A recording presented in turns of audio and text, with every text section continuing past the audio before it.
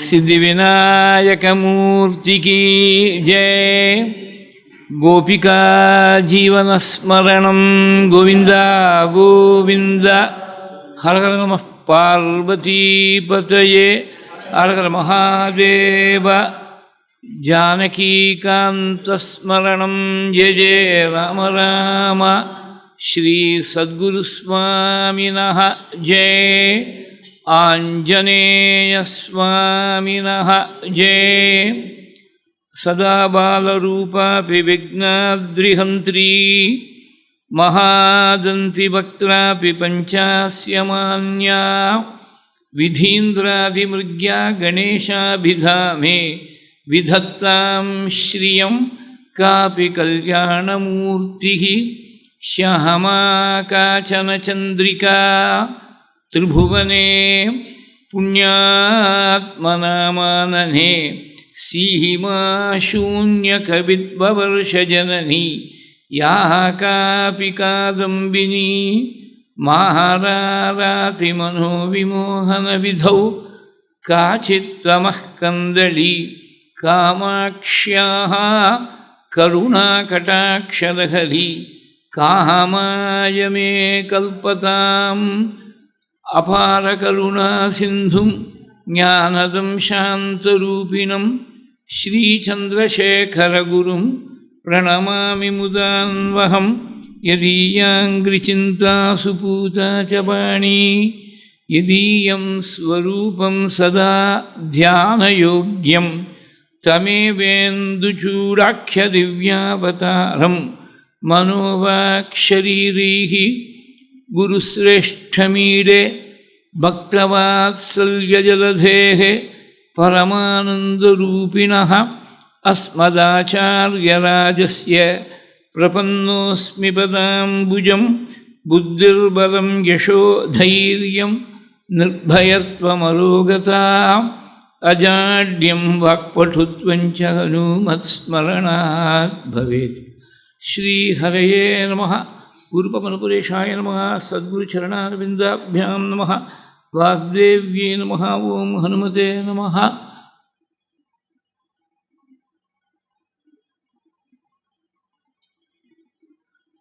இந்த கூடியிருக்கக்கூடிய அன்பர்கள் எல்லாத்தையும் முதற்கன்னா ஒரு க்ஷமாபணம் கேட்டு ஆரம்பிக்கணும். 4:30 மணின்னு சொல்லி 5 மணி ஆகிடுச்சு நான் இங்கே வர்றதுக்கு.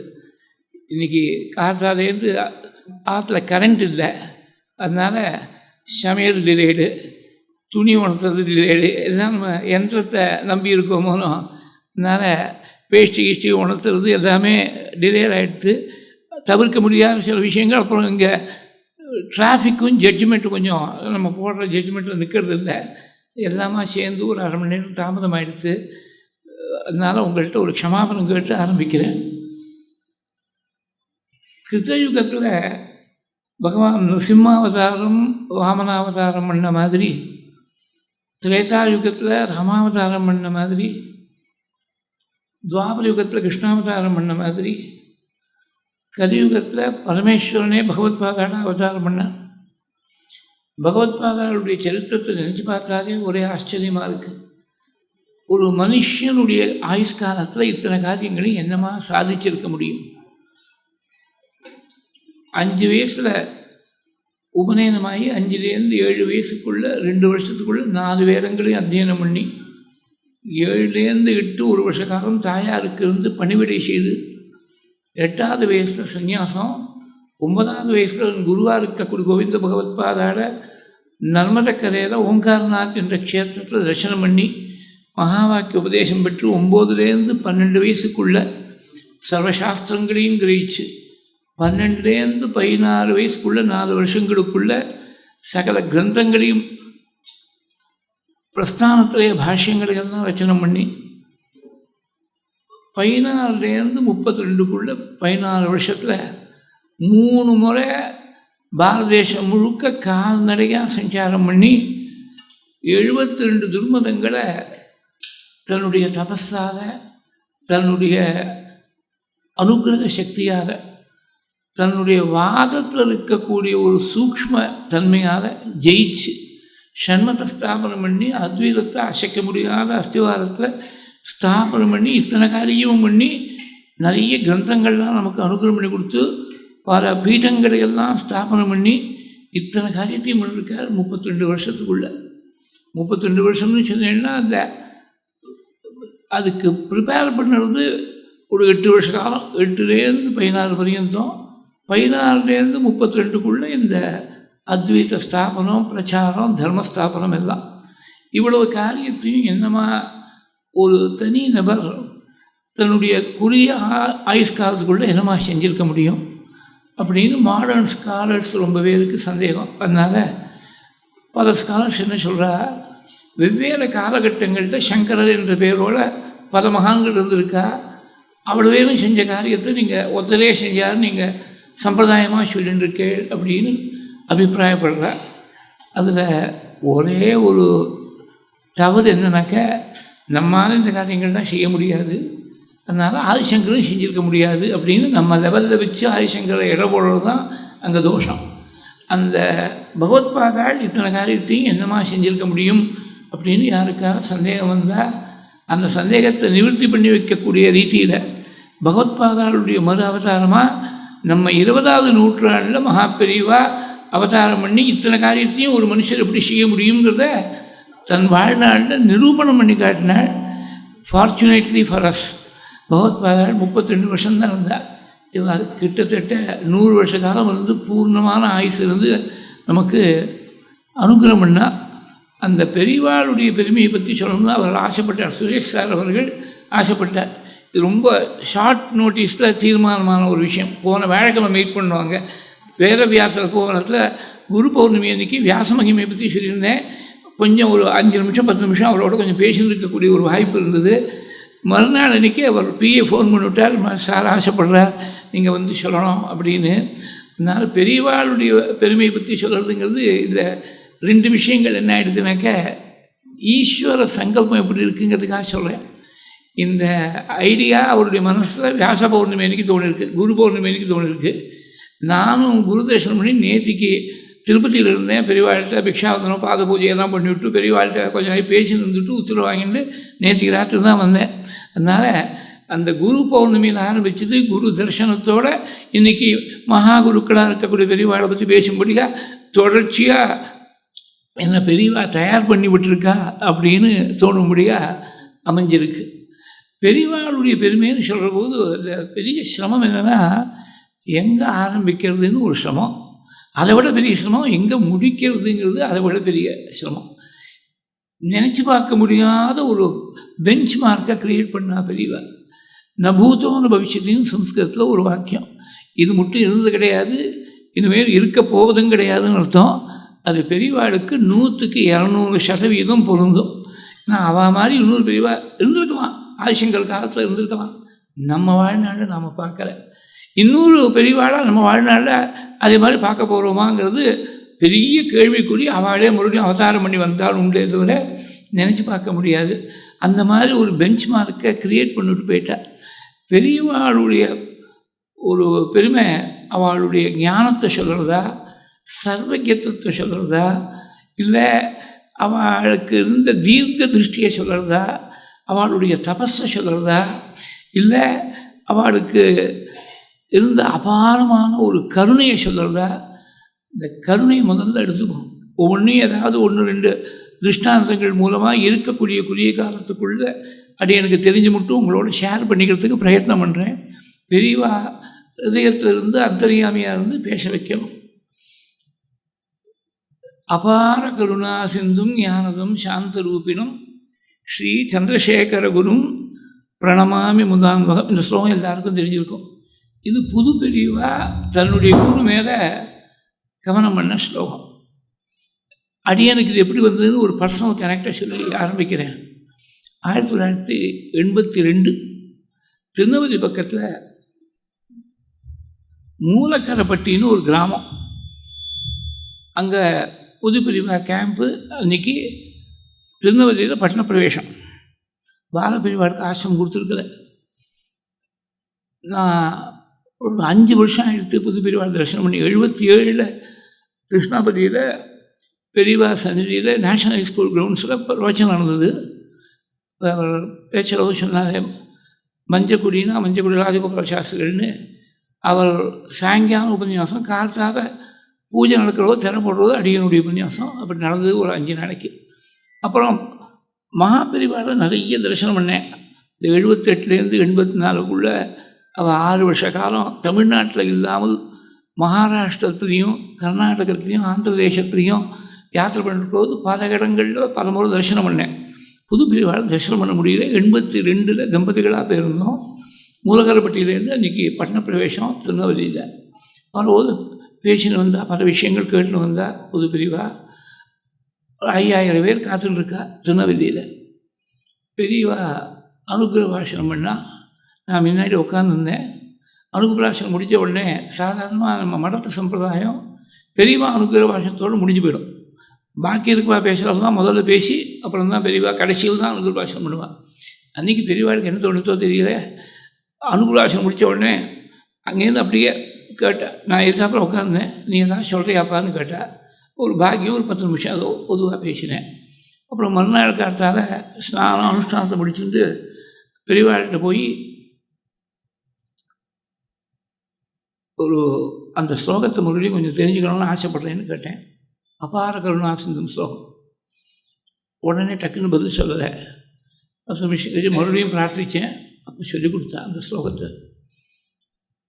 பாதுகைக்கு பிரத்யட்சமாக பூஜை பண்ணோம், அனுமதி வேணும்னு கேட்டேன். சரின்னு சொல்லிவிட்டேன். ஸ்நானம் பண்ணிட்டு பூஜைக்கு வந்துட்டா பெரியவா. ஸ்நானம் பண்ணிட்டு வந்தாச்சுன்னா பேச மாட்டாள். அத்தியாவசியமாக இருந்தால் சம்ஸ்கிருதத்தில் பேசுவா, இல்லைன்னா பேச மாட்டாள். பூஜை முடியணும் மட்டும் பேசுறது இல்லை. சைவ சாட்சாத் கரோதின்னு சொன்னான் மடத்து வாத்தியாருக்கு. சைவ சாட்சாத் கரோதின்னு சொன்னான். பூஜையில் வந்து உட்காந்துவிட்டா மடத்து வாத்தியாருக்கு அவன் நேரம் பண்ணட்டும். நம்ம மட சம்பிரதாயம் சிகை இருந்தால் தான் நேரடியாக பகவத்பாதாள் பாதுகைக்கு அர்ச்சனை பண்ணலாம். இல்லைன்னா அந்த புஷ்பத்தை எடுத்து வாத்தியார் கையில் கொடுக்கணும். மடத்து வாத்தியார் தான் அந்த பாதுகையில் அர்ப்பணம் பண்ணுவார். அப்போ சிகை உத்தியோகத்தில் இருந்தேன். சிக்கையும் இருந்தது, இந்த கிராப்பும் ஒன்று இருந்தது. சிக்கை கம் கிராப்பாக இருந்தது. அப்புறம் மேனேஜர்கிட்ட சொன்னான் புது பிரிவா. கேர்னல் சுப்பிரமணியர்னு அவர் தான் மேனேஜராக இருந்தார் சமயத்தில். எங்கிட்ட அப்புறம் அவர் சொன்னார், இந்த பையனுக்கு சம்ஸ்காரம் நல்லா இருக்குது, பெரியவா பாதுகைக்கு பூஜை பண்ணக்கூடிய முகூர்த்தம் அவனுக்கு பூர்ணமாக சிக்கை வச்சுக்கட்டும்னு அவனுக்கு தோணட்டுங்கிறதுக்காக பர்மிட் பண்ணேன்னு பெரியவா சொன்னான்னு மேனேஜர் என்கிட்ட சொன்னார். அப்புறம் அந்த கடைக்கே போகலை, 6 மாதத்துக்கு போகலை. அடுத்தாப்புல சிக்கையோடு தான் தரிசனம் பண்ணேன் பெரியவாடை. அது ஒரு கதை இருக்கட்டும். அன்றைக்கி முதல் நாள் அன்றைக்கி தான் அனுகிரக பாஷணம் முடிஞ்ச உடனே என்னை பேசிவிட்ருக்கா.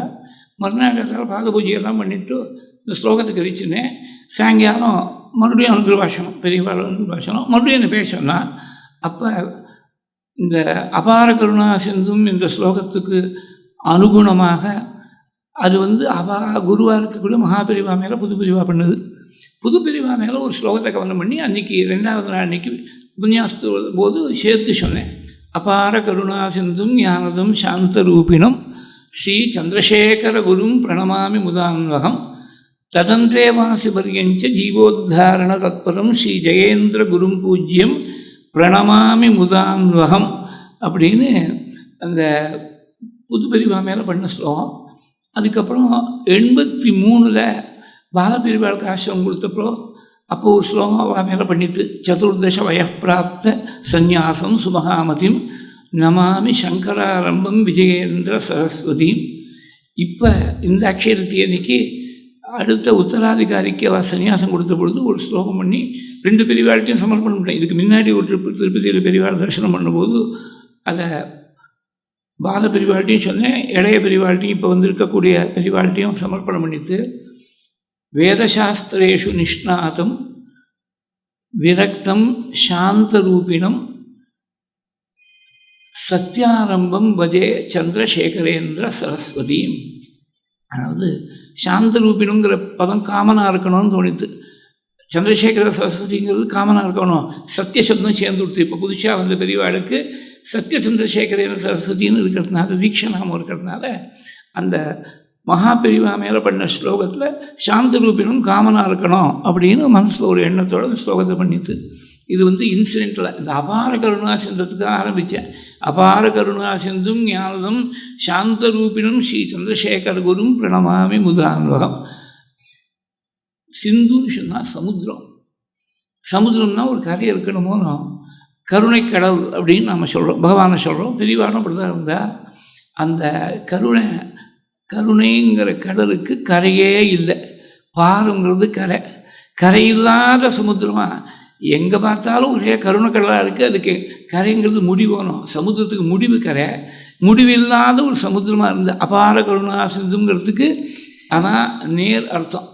இதுக்கு ஏராளமான திருஷ்டாந்தங்கள், பயிராயிரக்கணக்கான பக்தர்கள் அந்த கருணையை அனுபவிச்சிருக்கா. எப்படி பெரியவாளுடைய கருணை எல்லாரையும் போய் அரவணைச்சிது அப்படிங்கிறத எத்தனையோ ஆயிரக்கணக்கான குடும்பங்களில் அவா தனக்கு மாத்திரம் கிடைச்ச மாதிரி ஒவ்வொருத்தருக்கும் ஃபீலிங்.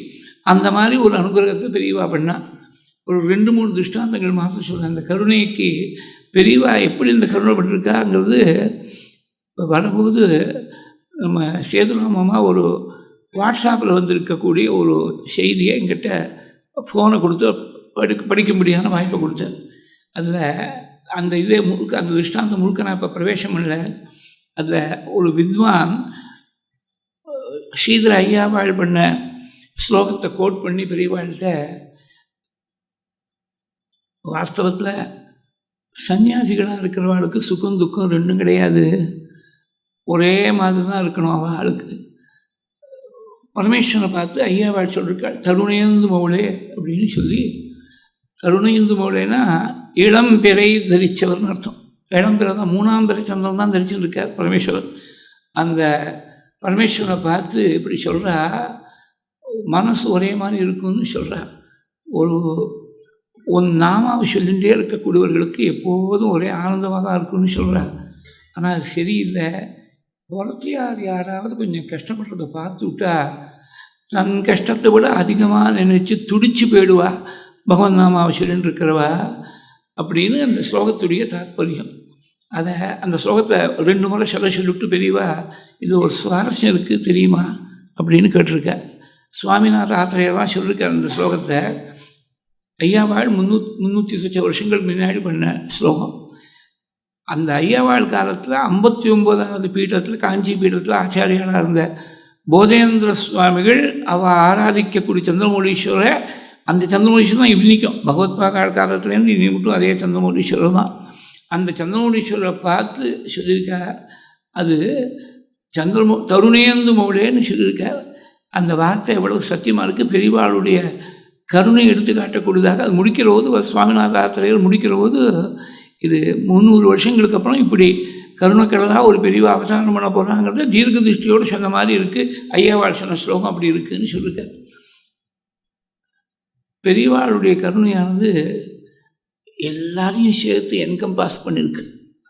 வித்தியாசம் இல்லாமல் படித்தவா படிக்காதவா, ஆண்கள் பெண்கள், ஏன் சனாதன தர்மத்தை சேர்ந்தவா சனாதன தர்மத்தை சேராதவா, இதர மதத்தை சேர்ந்தவா, யாராக இருந்தாலும் எல்லாரையும் அரவணைச்சு அழைச்சின்னு போயிருக்கு அந்த கருணையானது.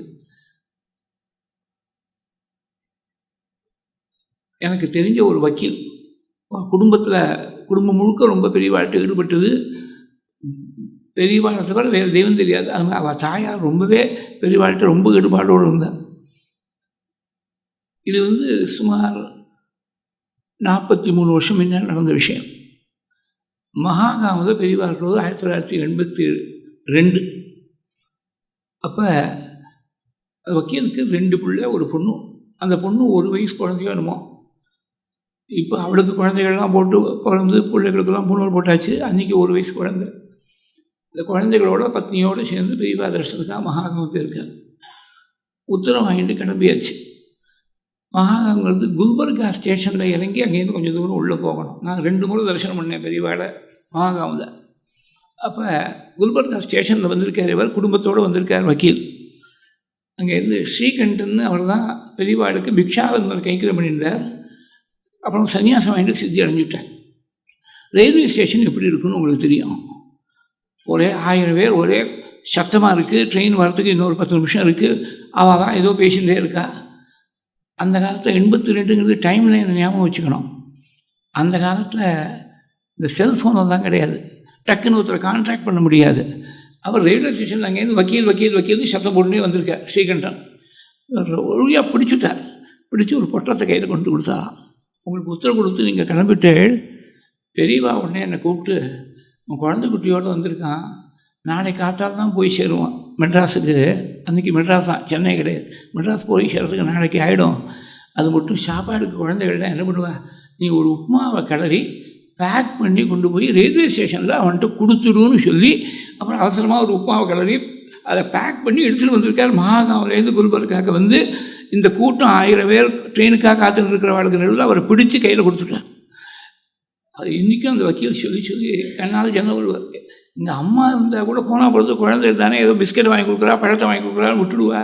அம்மாவை விட அதிகமான கருணையோடு பெரியவா மெனக்கிட்டு அது சொல்லி அனுப்பிச்சு பேக்கெட்டில் போட்டு கட்டி கொடுக்க ஏற்பாடு பண்ணிருக்கா. இந்த கருணை அந்த பெரியவா பிக்ஷை பண்ண நாட்களை விட பிக்ஷை பண்ணாத நாட்கள் தான் ரொம்ப ஜாஸ்தி. ஆனால் தான் பிக்ஷை பண்ணாமல் இருந்தாலும் கூட வந்தவா யாரும் வயிறு காயாமல் இருக்கணும்னு ஏதோ ஒன்று, ஒரு மோரிஞ்சாதமாக இருக்கலாம், ஒரு உப்புமாவாக இருக்கலாம், ஒரு பொங்கலாக இருக்கலாம், ஏதோ ஒன்று வெறும் வயிற்றோடு அனுப்பினதே கிடையாது. அதுவும் இந்த 78லேருந்து 84 இருக்க 6 வருஷ காலம் அவள் அதுக்கு முன்னாடியே பீட்டாதிபத்தியத்தை முதற்கொண்டு தியாகம் பண்ணிவிட்டா. புது பிரிவாள்கிட்ட பூஜையும் கொடுத்து பீட்டாதிபத்திய பொறுப்பையும் கொடுத்துட்டு வெறும் சன்னியாசியாக பரபிரம்மமாக இருந்திருந்தா. அந்த 6 வருஷ காலம் தமிழ்நாடு எந்த இது இல்லாமல் சஞ்சாரம் பண்ணிட்டு இருக்கிற போது கூட ஒரு 4-5 பேர் ரொம்ப பாக்கியம் பண்ணவா பெரியவாளுக்கு அணுக்கு தொண்டர்களாக கைங்கரியம் பண்ணக்கூடிய பாக்கியத்தோடு கூட போனான். அவள் கட்டின்ற வேஷ்டியோடு மறுநாள் ஸ்நானம் பண்ணால் 2வது ஒரு வேஷ்டி ஸ்நானம் பண்ணால் மாற்றிக்கிறதுக்கு ஒரு வேஷ்டி இவ்வளோ தான் எடுத்துக்கலாம். வேறு ஒன்றும் பணத்தை கையால் தொடப்படாது. பெரியவாட்டு யாரும் பணமும் வைக்கப்படாது.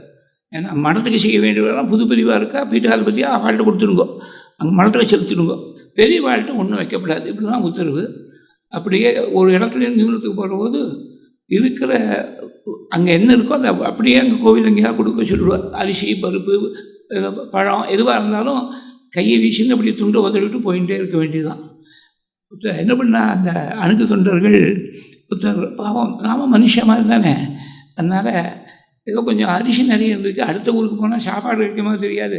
அரிசி இருந்தால் ஒரு சாதமாவது வச்சு சாப்பிட்னா அந்த ஒரு தள்ளு வண்டி ஏற்றமாக இருக்கும். பெரியவாளுக்கு அத்தியாவசியமாக இருக்கக்கூடிய மாதிரி செஞ்சு ஒரு இந்த சிக்கி பலகா, ஏதாவது ஒரு பஞ்சாங்கம், அது மாதிரி ஏதாவது விஷயங்கள்லாம் அந்த வண்டியில் இருக்கும். அதுக்கு அடியில் ஒரு 4-5 கிலோ அரிசி இருந்திருக்கு. அதை வச்சுக்கிட்டா போல் இருக்குது. போயிட்டே இருக்கிறபோது அடுத்தாப்பில் ஒரு 4 தெருக்கள் சந்திக்கக்கூடிய ஒரு இடம், அங்கே ஒரு கோவில் இருக்குது. பெரியவாளுக்கு தெரியாமல் ஒரு காரியத்தை செய்ய முடியுமா, அவள் சர்வஜான். அந்த இடம் வந்த உடனே நின்றுவிட்டான். நின்ற உடனே பரமேஸ்வரனுக்கு கொடுத்துடும், அந்த பிரசாதத்துக்கு அந்த அரிசியை கொடுத்துடும் அப்படின்னு விட்டா. பெரியவாளுக்கு தெரியாமல் எடுத்து வச்சுருக்கா அரிசியை கொண்டு போய் கொடுத்துடும், கோவிலில் கொடுத்துடும், நைவேத்தியத்துக்கு எடுத்துக்கிட்டோம் அப்படின்னு விட்டா. இதுக்கு சொல்ல வரேன், ஒன்றுமே கையில் கிடையாது. ஆனால் வந்தவா அவ்வளோ பேருக்கும் அன்னதானம் நடந்திருக்கு. எப்படி இருந்தது அன்னபூர்ணேஸ்வரிக்கும் பெரியவாளுக்கு மாத்திரம்தான் தெரியும், வேறு யாருக்கும் சொல்ல முடியாது. அவளுடைய கருணைக்கு ஒரு 2 திருஷ்டாந்தம் பர்சனலாக ஏற்பட்ட அனுபவத்தை சொல்கிறேன். 1985 பர்யந்தம் பேங்கில் ஆஃபீஸராக இருந்தேன். 79 ஜாயின் பண்ணேன். டைரக்டர் ஆஃபீஸராக கேனரா பேங்க்கில் இருந்தேன். அப்புறம் உபன்யாசம் நிறைய போக போக லாஸ் ஆஃப் லீவு நிறைய எடுக்க முடியாதது. அதுக்கு மேலே ட்ரான்ஸ்ஃபர் பண்ணிவிட்டா. ட்ரான்ஸ்ஃபர் பண்ணால் அம்மா படுத்த படுக்கையாக இருக்கா, அம்மா விட்டுட்டு போகக்கூடாதுங்கிறதுனால ஒரு 1000 ரூபா குறைச்சலான சம்பளத்தில் டிவிஎஸ் குரூப்பில் சேர்ந்தேன். ஒரு அசிஸ்டன்ட் மேனேஜராக ஏதோ சேர்ந்தேன். அன்றைக்கி இப்போ சொன்னால் குழந்தைகள்லாம் நம்ப மாட்டா. ஒரு 2900 ரூபா சம்பளம் லாஸ்ட்டு ஆன் சேலரி பேங்க்கில் மாதத்துக்கு. இப்போ ஒரு நாளைக்கே அந்த சம்பளம் கொடுத்தா ஆள் வர மாட்டான். மாதத்துக்கு 2900 ரூபா சம்பளம். 2000 ரூபா சம்பளத்துக்கு ஜாயின் பண்ணேன் டிவிஎஸில். அப்புறம் பெரியவாளை போய் தரிசனம் பண்ணும்போது இந்த டிவிஎஸ் ஜாயின் பண்ணப்பறம் ஒரு 4 முறை இந்த சரீரத்துக்கும் வயசு குறைச்சாலும் காஞ்சிபுரத்தில் வந்துவிட்டா. 84 வந்தப்பறம் 94 மட்டும் காஞ்சிபுரத்துலேயே நகரில் 10 வருஷம் அங்கேயே இருந்துவிட்டா. அதனால் நினச்சா ராத்திரி ஒரு பஸ்ஸை பிடிக்க வேண்டியது, போக வேண்டியது. மறுநாள் காலத்தால் எழுந்து பல் தேய்ச்சி விஸ்வரூப தரிசனம் சந்தியானந்தம் பண்ணிவிட்டு ஃபஸ்ட்டு பஸ்ஸை பிடிச்சி வந்துடுவேன். திரும்பி வந்து ஸ்நானம் பண்ணி பூஜை பண்ணிவிட்டு ஆஃபீஸுக்கு போகணும். எப்படி நிறைய முறை தரிசனம் பண்ணிருக்கு. 4 முறை பேங்கை விட்டப்புறம் அவனுக்கு எவ்வளோ சம்பளம்னு கேளு. 4 முறை கேட்டிருக்கா. அவளுக்கு தெரியாதா? 2000 ரூபா பெரியவா. எதுக்காக கேட்டான்னு அப்போ புரியல. அது 4 பங்காக விருத்தியாகிறதுக்காக அப்படி கேட்டிருக்கா பொழுது 4 முறை கேட்டுவிட்டா. அவனுக்கு எவ்வளோ சம்பளங்கள். அப்புறம் அந்த 3 வருஷம் தான் இருந்தேன் டிபிஎஸ் குரூப்பில். சர்வாத்மனா 88 விட்டுவிட்டு போகணும், பகவத்குணம் சொன்னால் போகிறோன்னு வரும்படியான ஒரு நிலை. ஏன்னா மாதத்துக்கு 1 நாள் 2 நாள் தான் ஆஃபீஸ் போக முடியாது இருக்கும், பாக்கி நாள் ராசப்பேரிவாக இருக்கும். இந்த ஒரு நாள் போய் சம்பளம் வாங்குறதுக்கு என்ன ஒன்று, ஒரு நாள் சம்பளத்தில் என்ன கிடைக்க போகிறது? ஒன்றும் ஸ்கூட்டர் பெட்ரோலுக்கு கூட காணாது. அது சரி ரிசைன் பண்ணிவிடலாம்னு நினச்சிட்டு பெரியவாள்கிட்ட போனேன்.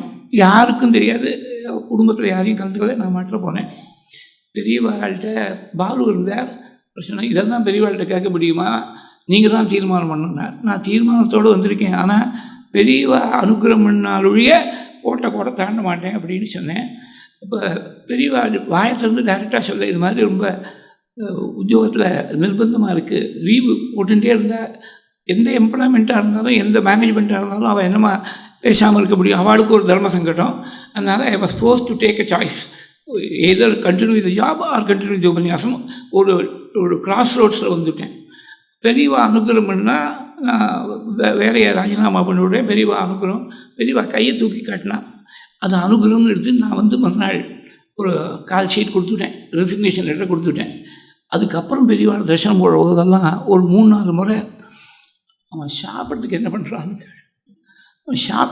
இப்படியே கேட்டிருக்கா. பெரியவா கேட்ட கேள்வியுடைய பாவம் பாருங்கோ. சாப்பாடுக்கு ஒரு நாள் கூட குறைச்சலே இல்லாமல் வந்தால் 2 பேருக்கு சாப்பாடு போடும்படியாக தான் வச்சார். தவிர எல்லோரும் பேங்க்கில் இருக்கிறது எல்லோரும் குறையா சொன்னவா உண்டு, கூட வேலை செய்கிறவாள்லாம் இது மாதிரி வைத்தியகாரத்தமாக விட்டுட்டு போய் பேங்க்கில் கண்டினியூ பண்ணால் மினிமம் ஒரு எக்ஸிக்யூட்டிவ் டைரக்டர் ஆஃப் த பேங்க்கை ரிட்டையர் ஆகிருக்கணும். அந்த லெவலுக்கு அந்த வருஷத்தில் சேர்ந்தவா ரிட்டையரிங் ஸ்டேஜ் வரும்போது எக்ஸிக்யூட்டிவ் டைரக்டர் இல்லை மேனேஜிங் டைரக்டராக இருந்திருக்கணும்.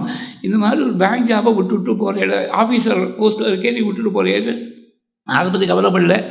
அதை விட ரொம்ப பெரிய ஒரு உத்கர்ஷமான ஒரு அனுகிரகத்தை பெரியவா பண்ணால் அந்த கருணை சாப்பிட்றதுக்கு என்ன பண்ணுறான்னு கேள். இந்த கருணை தொட்டு கூடவே வந்திருக்கு. அந்த கருணை தான் ஒரு நாள் கூட உத்தியோகத்தை விட்டுட்டோமே, நாம் தப்பான ஒரு டிசிஷன் வந்துட்டோமோன்னு ஒரு க்ஷணகாலம் கூட நினைக்காதபடி நல்ல வேலை விட்டுட்டு வந்தோம்னு நினைக்க முடியாதான் வச்சுருக்கார் சுவாமி. இன்னி மட்டும் அப்படி தான் வச்சுருக்க. அது பெரியவாளுடைய அனுகிரகம். எத்தனையோ ஆயிரக்கணக்கான பேருக்கு நடுவில் ஒரு சின்ன ஒரு நிஷ்கிஞ்சனை மெனக்கிட்டு அவன் சாப்பிட்றதுக்கு என்ன பண்ணுறான் அப்படிங்கிறத திருப்பி விசாரிச்சு. இந்த கருணை இன்னொரு விஷயம் ஒன்று சொல்கிறேன். 1983 நினைக்கிறேன், ஆந்திர பிரதேசத்தில் உள்ள அப்போ யூனிஃபைடு ஆந்திராவாக இருக்குது, தெலுங்கானா தனியாக பிரிஞ்சு வரல. பெரியவா உள்ள நுழைஞ்சா கஸ்தூர்பள்ளின்னு ஒரு கிராமம், ஞானம்பள்ளின்னு ஒரு கிராமம், ஒரு 2 இடத்துலையும் தரிசனம் பண்ணேன். ஒரு மாதம் வித்தியாசத்தில் தரிசனம் பண்ணேன். அப்பா அம்மா காசிக்கு போகணுன்னு ஆசைப்பட்டா அப்பா அம்மா அழைச்சின்னு போயிட்டு காசியிலேருந்து திரும்பி வரும்போது அப்பா அம்மா பத்னி சகோதரி எல்லாரும் நேர்ச்சி அன்றைக்கி வந்துட்டா. நான் மாத்திரம் ஹைதராபாத் போயிட்டு அங்கேருந்து ஒரு 5-6 பக்தர்கள் சேர்ந்து ஒரு வேனை வச்சுருந்து பெரியவா தரிசனத்துக்காக போனோம். அதுக்கு ஒரு மாதம் முன்னாடி போயிருக்கேன் பெரியவாளை. அங்கேயும் ஆந்திர தேசத்தில் தான் தரிசனம் பண்ணேன். எனக்கு ஆந்திராவில் ஒரு ரொம்ப வேண்டிய ஆப்தரத்தில் இருந்தேன். ஹைதராபாத்தில் ஆப்தர்னு சொல்லக்கூடாது, எங்கள் அப்பாவோட வயசில் கொஞ்சம் பெரியவர். அந்த காலத்தில் MA சம்ஸ்கிருதத்தில் MA, இங்கிலீஷ், சான்ஸ்கிரிட், ஹிந்தி 3லையும் MA ப்ரொஃபஸராக இருந்தார் ஹைதராபாத் யூனிவர்சிட்டியில். அவர் கிரகத்தில் ஐ வாஸ் ஹிஸ் கெஸ்ட். ராத்திரி படுத்துன்னு இருக்கோம், அந்த ஹாலில் படுத்துன்னு இருக்கோம். 2 பேருக்கு தூக்கம் வரல. அவர் சம்ஸ்கிருதம் பண்ணிட்டு இருக்கிறதுனால 2 பேரும் பெரியவா மேலே ஒரு அஷ்டோத்தரம் கவனம் பண்ண ஆரம்பித்தோம். நான் ஒரு பாதம், அவர் ஒரு பாதம். ஒரு பாதங்கிறது ஒரு குவார்டர் ஆஃப் ஸ்லோகா, 27 ஸ்லோகங்களில் 108 நாமா பெரியவா மேலே ஒரு அஷ்டோத்தரம் கவனம் பண்ணி ஜாயிண்ட் வெஞ்சராக பண்ணோம். அதை ஒரு மாதம் முன்னாடி கொண்டு போய் பெரியவாள்கிட்ட சமர்ப்பணம் பண்ணோம். சமர்ப்பணம் பண்ணுறது பெரியவா காலேருந்து சிரஸ் பரியந்தம் இழுத்து போத்துன்னு படுத்திருந்தா. மத்தியானம் 3 மணி இருக்கும். அதனால் அப்படியே பாதத்தில் வச்சு நமஸ்காரம் பண்ண முடியல, படுத்துருந்ததுனால நமஸ்காரம் பண்ணலை. பாதத்தில் அஷ்டோத்தரை வச்சுட்டு நான் மாட்டில் கிளம்பி போயிட்டேன். ஒரு மாதம் கழித்து இந்த ஹைதராபாத்தில் 5-6 பேரும் சேர்ந்து ஒரு வேனில் காசியிலேருந்து மிருத்திகையும் கங்காஜலம் எல்லாத்தையும் கொண்டு வந்து பெரியவாள்கிட்ட சமர்ப்பணம் பண்ணுறதுக்காக போயிருக்கேன். அன்றைக்கி ஒரு பிரதோஷம். எங்கள் தாத்தா ஒரு சிவலிங்கமும் ஒரு சிவலிங்கமும் சாலக்கிராமம் மாத்திரம் பூஜை பண்ணியிருந்தார். தாத்தாக்கு அப்புறம் எங்கிட்ட வந்துவிட்டு எங்கள் அப்பா நீயே பண்ணு விட்டார். எங்கள் அப்பா எங்கிட்ட வந்துவிட்டு அந்த பூஜை இன்றைக்கும் இருக்குது. அதில் பஞ்சாயத்தனமாக இருக்கலாம் பண்ணணும். பஞ்சாயத்து ஒன்று வாங்கிட்டு வந்தேன் காட்சியிலேருந்து. இதை அன்றைக்கி பிரதோஷத்துக்கு போகிற போது ஆஸ் ப்ராவிடன்ஸ் டேவிட் நடுவில் வழியில் டயர் பஞ்சர் ஆகிடுச்சு. அந்த வேன் 1 மணி நேரம் டிலே, வேறு ஒரு டயரை மாற்றிக்கிட்டு நாங்கள் 8 மணி இருக்கும் நாங்கள் போய் சேர்றது. இந்த தள்ளுவண்டிக்குள்ளே உட்காந்துட்டு ஜெபம் பண்ணியிருந்தா பெரியவா. 8 மணிக்கு உள்ளே போயிட்டான். ஒரு பர்ணசாலை மாதிரி இருந்து உள்ளே போயிட்டான். அப்போ ரொம்ப குக்கிராமம்னா சொல்ல முடியாத குக்கிராமம். கை அலம்பி ஷார்ட்டாக கை அலம்புறதுக்கு 10 நிமிஷம் நடந்து போகணும் for the nearest source of water. அவ்வளோ குக்கிராமம். அதனால் அங்கே வந்தவா யாருமே ஓவர் நைட் தங்கக்கூடாது, கிளம்பி போயிடணும். கூட கைங்கரியம் பண்ணக்கூடிய அணுக்கு தொண்டர்கள் தான் இருக்கலாம்னு பெரியவா உத்தரவு. உள்ளே கிளம்பி போயிட்டா பெரியவா. பாலு சொன்னார், காத்தாலேருந்து ஒரு பொட்டு ஜனம் வாயில் விடலை பெரியவா, இனிமே தரிசனம் கிடைக்கிறது சந்தேகம்தான், நீங்கள் அப்படியே கிளம்பி போயிடுங்கோ அப்படின்னு விட்டார். இன்னும் 40 வருஷம் முன்னாடியும் மனுஷ மனசு இவ்வளோ தூரம் வந்தோம், பெரியவா கிட்டக்க 2 வார்த்தை பேச முடியலையேன்னு ஒரு தாக்கம். இருந்தாலும் உத்தரவாயிட்டுனா ஒன்றும் பண்ண முடியாது. வேனில் திரும்பி போனோம். வேனில் ஏறின உடனே 2 நிமிஷத்துக்கு வேன் ஸ்டார்ட் பண்ணுறதுக்கு முன்னாடி பாலு அங்கேருந்து ஓடி வந்தார். ஹைதராபாத்து வந்த எல்லாரும் உத்தரவாயிருக்கு வாங்குவோம் அப்படின்னு விட்டார். பெரியவா மெனக்கிட்டு வெளியில் வந்து உட்காந்துட்டு ராத்திரி 9 மணி இருக்கும். இந்த பஞ்சாயத்து பூஜை ஒவ்வொருத்தரையாக கூப்பிட்டு விசாரித்தேன். என்ன ஊர், என்ன பேர், இங்கேருந்து வரையில தான் கேட்டால். இந்த பஞ்சாயத்து பூஜையை தொட்டு ஸ்வர்ணமுகிரியம் பாடா ஒவ்வொன்றா தொட்டு அன்றைக்கி அனுகிரகம் பண்ணி கொடுத்தா பெரியவா. அந்த பூஜை தான் நீ மட்டும் அவள் அனுகிரகத்தில் நடந்துட்டுருக்கு. நீ தான் அஷ்டோத்திரம் விட்டுட்டு போனியோ பெரியவா கேட்குறேன் என்கிட்ட. 1 மாதம் முன்னாடி அஷ்டோத்திரம் நேராக சொல்லலை அவள்கிட்ட. பேப்பர் அப்படியே வச்சுட்டு போயிருக்கேன், எழுதின பேப்பரை வச்சுட்டு போயிருக்கேன். நீ தான் அஷ்டோத்திரம் கொண்டு கொடுத்தியோ அப்படின்னு கேட்டா. அப்புறம் உத்தரவாச்சு. உத்தரவு வாங்கிட்டு நாங்கள் மறுபடியும் வேனுக்கு போயிட்டோம். அங்கேருந்து மறுபடியும் பாகு ஓடி வந்தார். இங்கே எல்லாரும் சாப்பிட்டுட்டு போகணுன்னு உத்தரவாயிருக்கு. வேனை 2வது முறையாக வேன் எனக்கு இறங்கினோம். நீங்கள் மாட்டில் கிளம்பி போயிடுவேள். ராத்திரி 12 மணிக்கு திடீர்னு ஏந்து உட்காந்துப்பா பெரியவா. ஹைதராபாத்லேருந்து வந்தாலே அவளுக்கு சாப்பாடு போட்டு அனுப்பிச்சியான்னு கேட்பா. சாப்பாடு போடாமல் அனுப்பிச்சுன்னு சொன்னால் நீ ஹைதராபாத்தில் போய் அவளை அழைச்சின்னு வந்து சாப்பாடு போட்டு அனுப்புன்னு சொல்லுவா பெரியவா. நீ வந்து சாப்பிட்டுட்டு போங்கன்னு விட்டார். அந்த காலத்தில் பிரதோஷத்துக்கு ராத்திரி ஒன்றும் சாப்பிடாமல் ஏதோ ஒரு நியமம் அப்படி வச்சுருந்தேன். இது பெரியவாளுடைய ஆக்கியே அங்கே உட்காந்தாச்சு சாப்பிட்றதுக்கு. நம்ம அன்னப்பிராசனத்துலேருந்து தினமும் மோரிஞ்சான் சாப்பிட்டுருக்கோம். அன்றைக்கி சாப்பாடு என்ன வெறும் மோரிஞ்சாலாம், தொட்டுக்கிறதுக்கு ஒன்றும் கிடையாது. 2 உப்பு போட்டு கலந்து பிசைஞ்சிருக்கா ஒரு மோரிஞ்சமாக ஆளுக்கு 2 கரண்டி. அந்த மாதிரி மோரிஞ்சாலும் முன்னாடி சாப்பிட்டதும் கிடையாது, பின்னாடி சாப்பிட்டதும் கிடையாது. இது தேவாபிரதமாக ஏதோ ஒன்று இருந்தது. அப்புறம் போய் கை ஆரம்பிக்கிறதுக்கு அதான் 10 நிமிஷம் ஆச்சு. 10 நிமிஷம் நடந்து போனால் தான் எங்கேயோ ஒரு ஜலம் சோர்ஸ் ஆஃப் வாட்டர் கிடைக்கும் கை ஆரம்பிக்கிறதுக்கு. அந்த கருணைக்காக சொன்னேன், இவ்வளோ தூரத்துலேருந்து வந்திருக்கா, வறுமையத்தோடு போகக்கூடாது, ஒரு 3 ஜலமாவது போட்டு அனுப்பணும்னு சொல்லிவிட்டு நாங்கள் யாரோ கோடிக்கணக்கான பக்தர்கள்ட்ட எங்கேயோ ஒரு கோடியில் இருக்கோம். ஆனால் இந்த கருணை ஒவ்வொரு கெட்டத்துலேயும் இருக்கக்கூடிய கருணை, இந்த கருணையை சொல்லிகிட்டே போகலாம். ஒரு ஆந்திர தேசத்தில் பெரியவா ரொம்ப நாள் முன்னாடி ஆந்திர தேசத்தில் கேம்ப்பு. அப்போ திருக்காலம் திருதலமாக இருக்கக்கூடிய வில்வத்தால் சந்திரமகேஷுக்கு அர்ச்சனை பண்ணோம். இது ரொம்ப முக்கியமாக பகவத் பாதா எங்களுக்கெல்லாம் போட்டிருக்கக்கூடிய உத்தரவுன்னு பெரியவா சொல்லியிருக்கா. ஒரு நாளைக்கு வில்வம் சரியாக கிடைக்கல போகிறது. பெரியவா ஸ்நானம் பண்ணிட்டு வந்துட்டா 10 மணிக்கு. ஒரு மணி நேரம் தியானத்தில் இருந்தால் ஜாடை காட்டினா வெளியில் போய் பார்த்தா ஒரு பொண்ணு நிறைய வில்வம் இருந்து. அது மட்டும் மேனேஜருக்கு விரவரத்து பிடிச்சு வில்வார்ச்சனை சரியாக நடக்கலைன்னா பிக்ஷை பண்ண மாட்டா பெரியவா.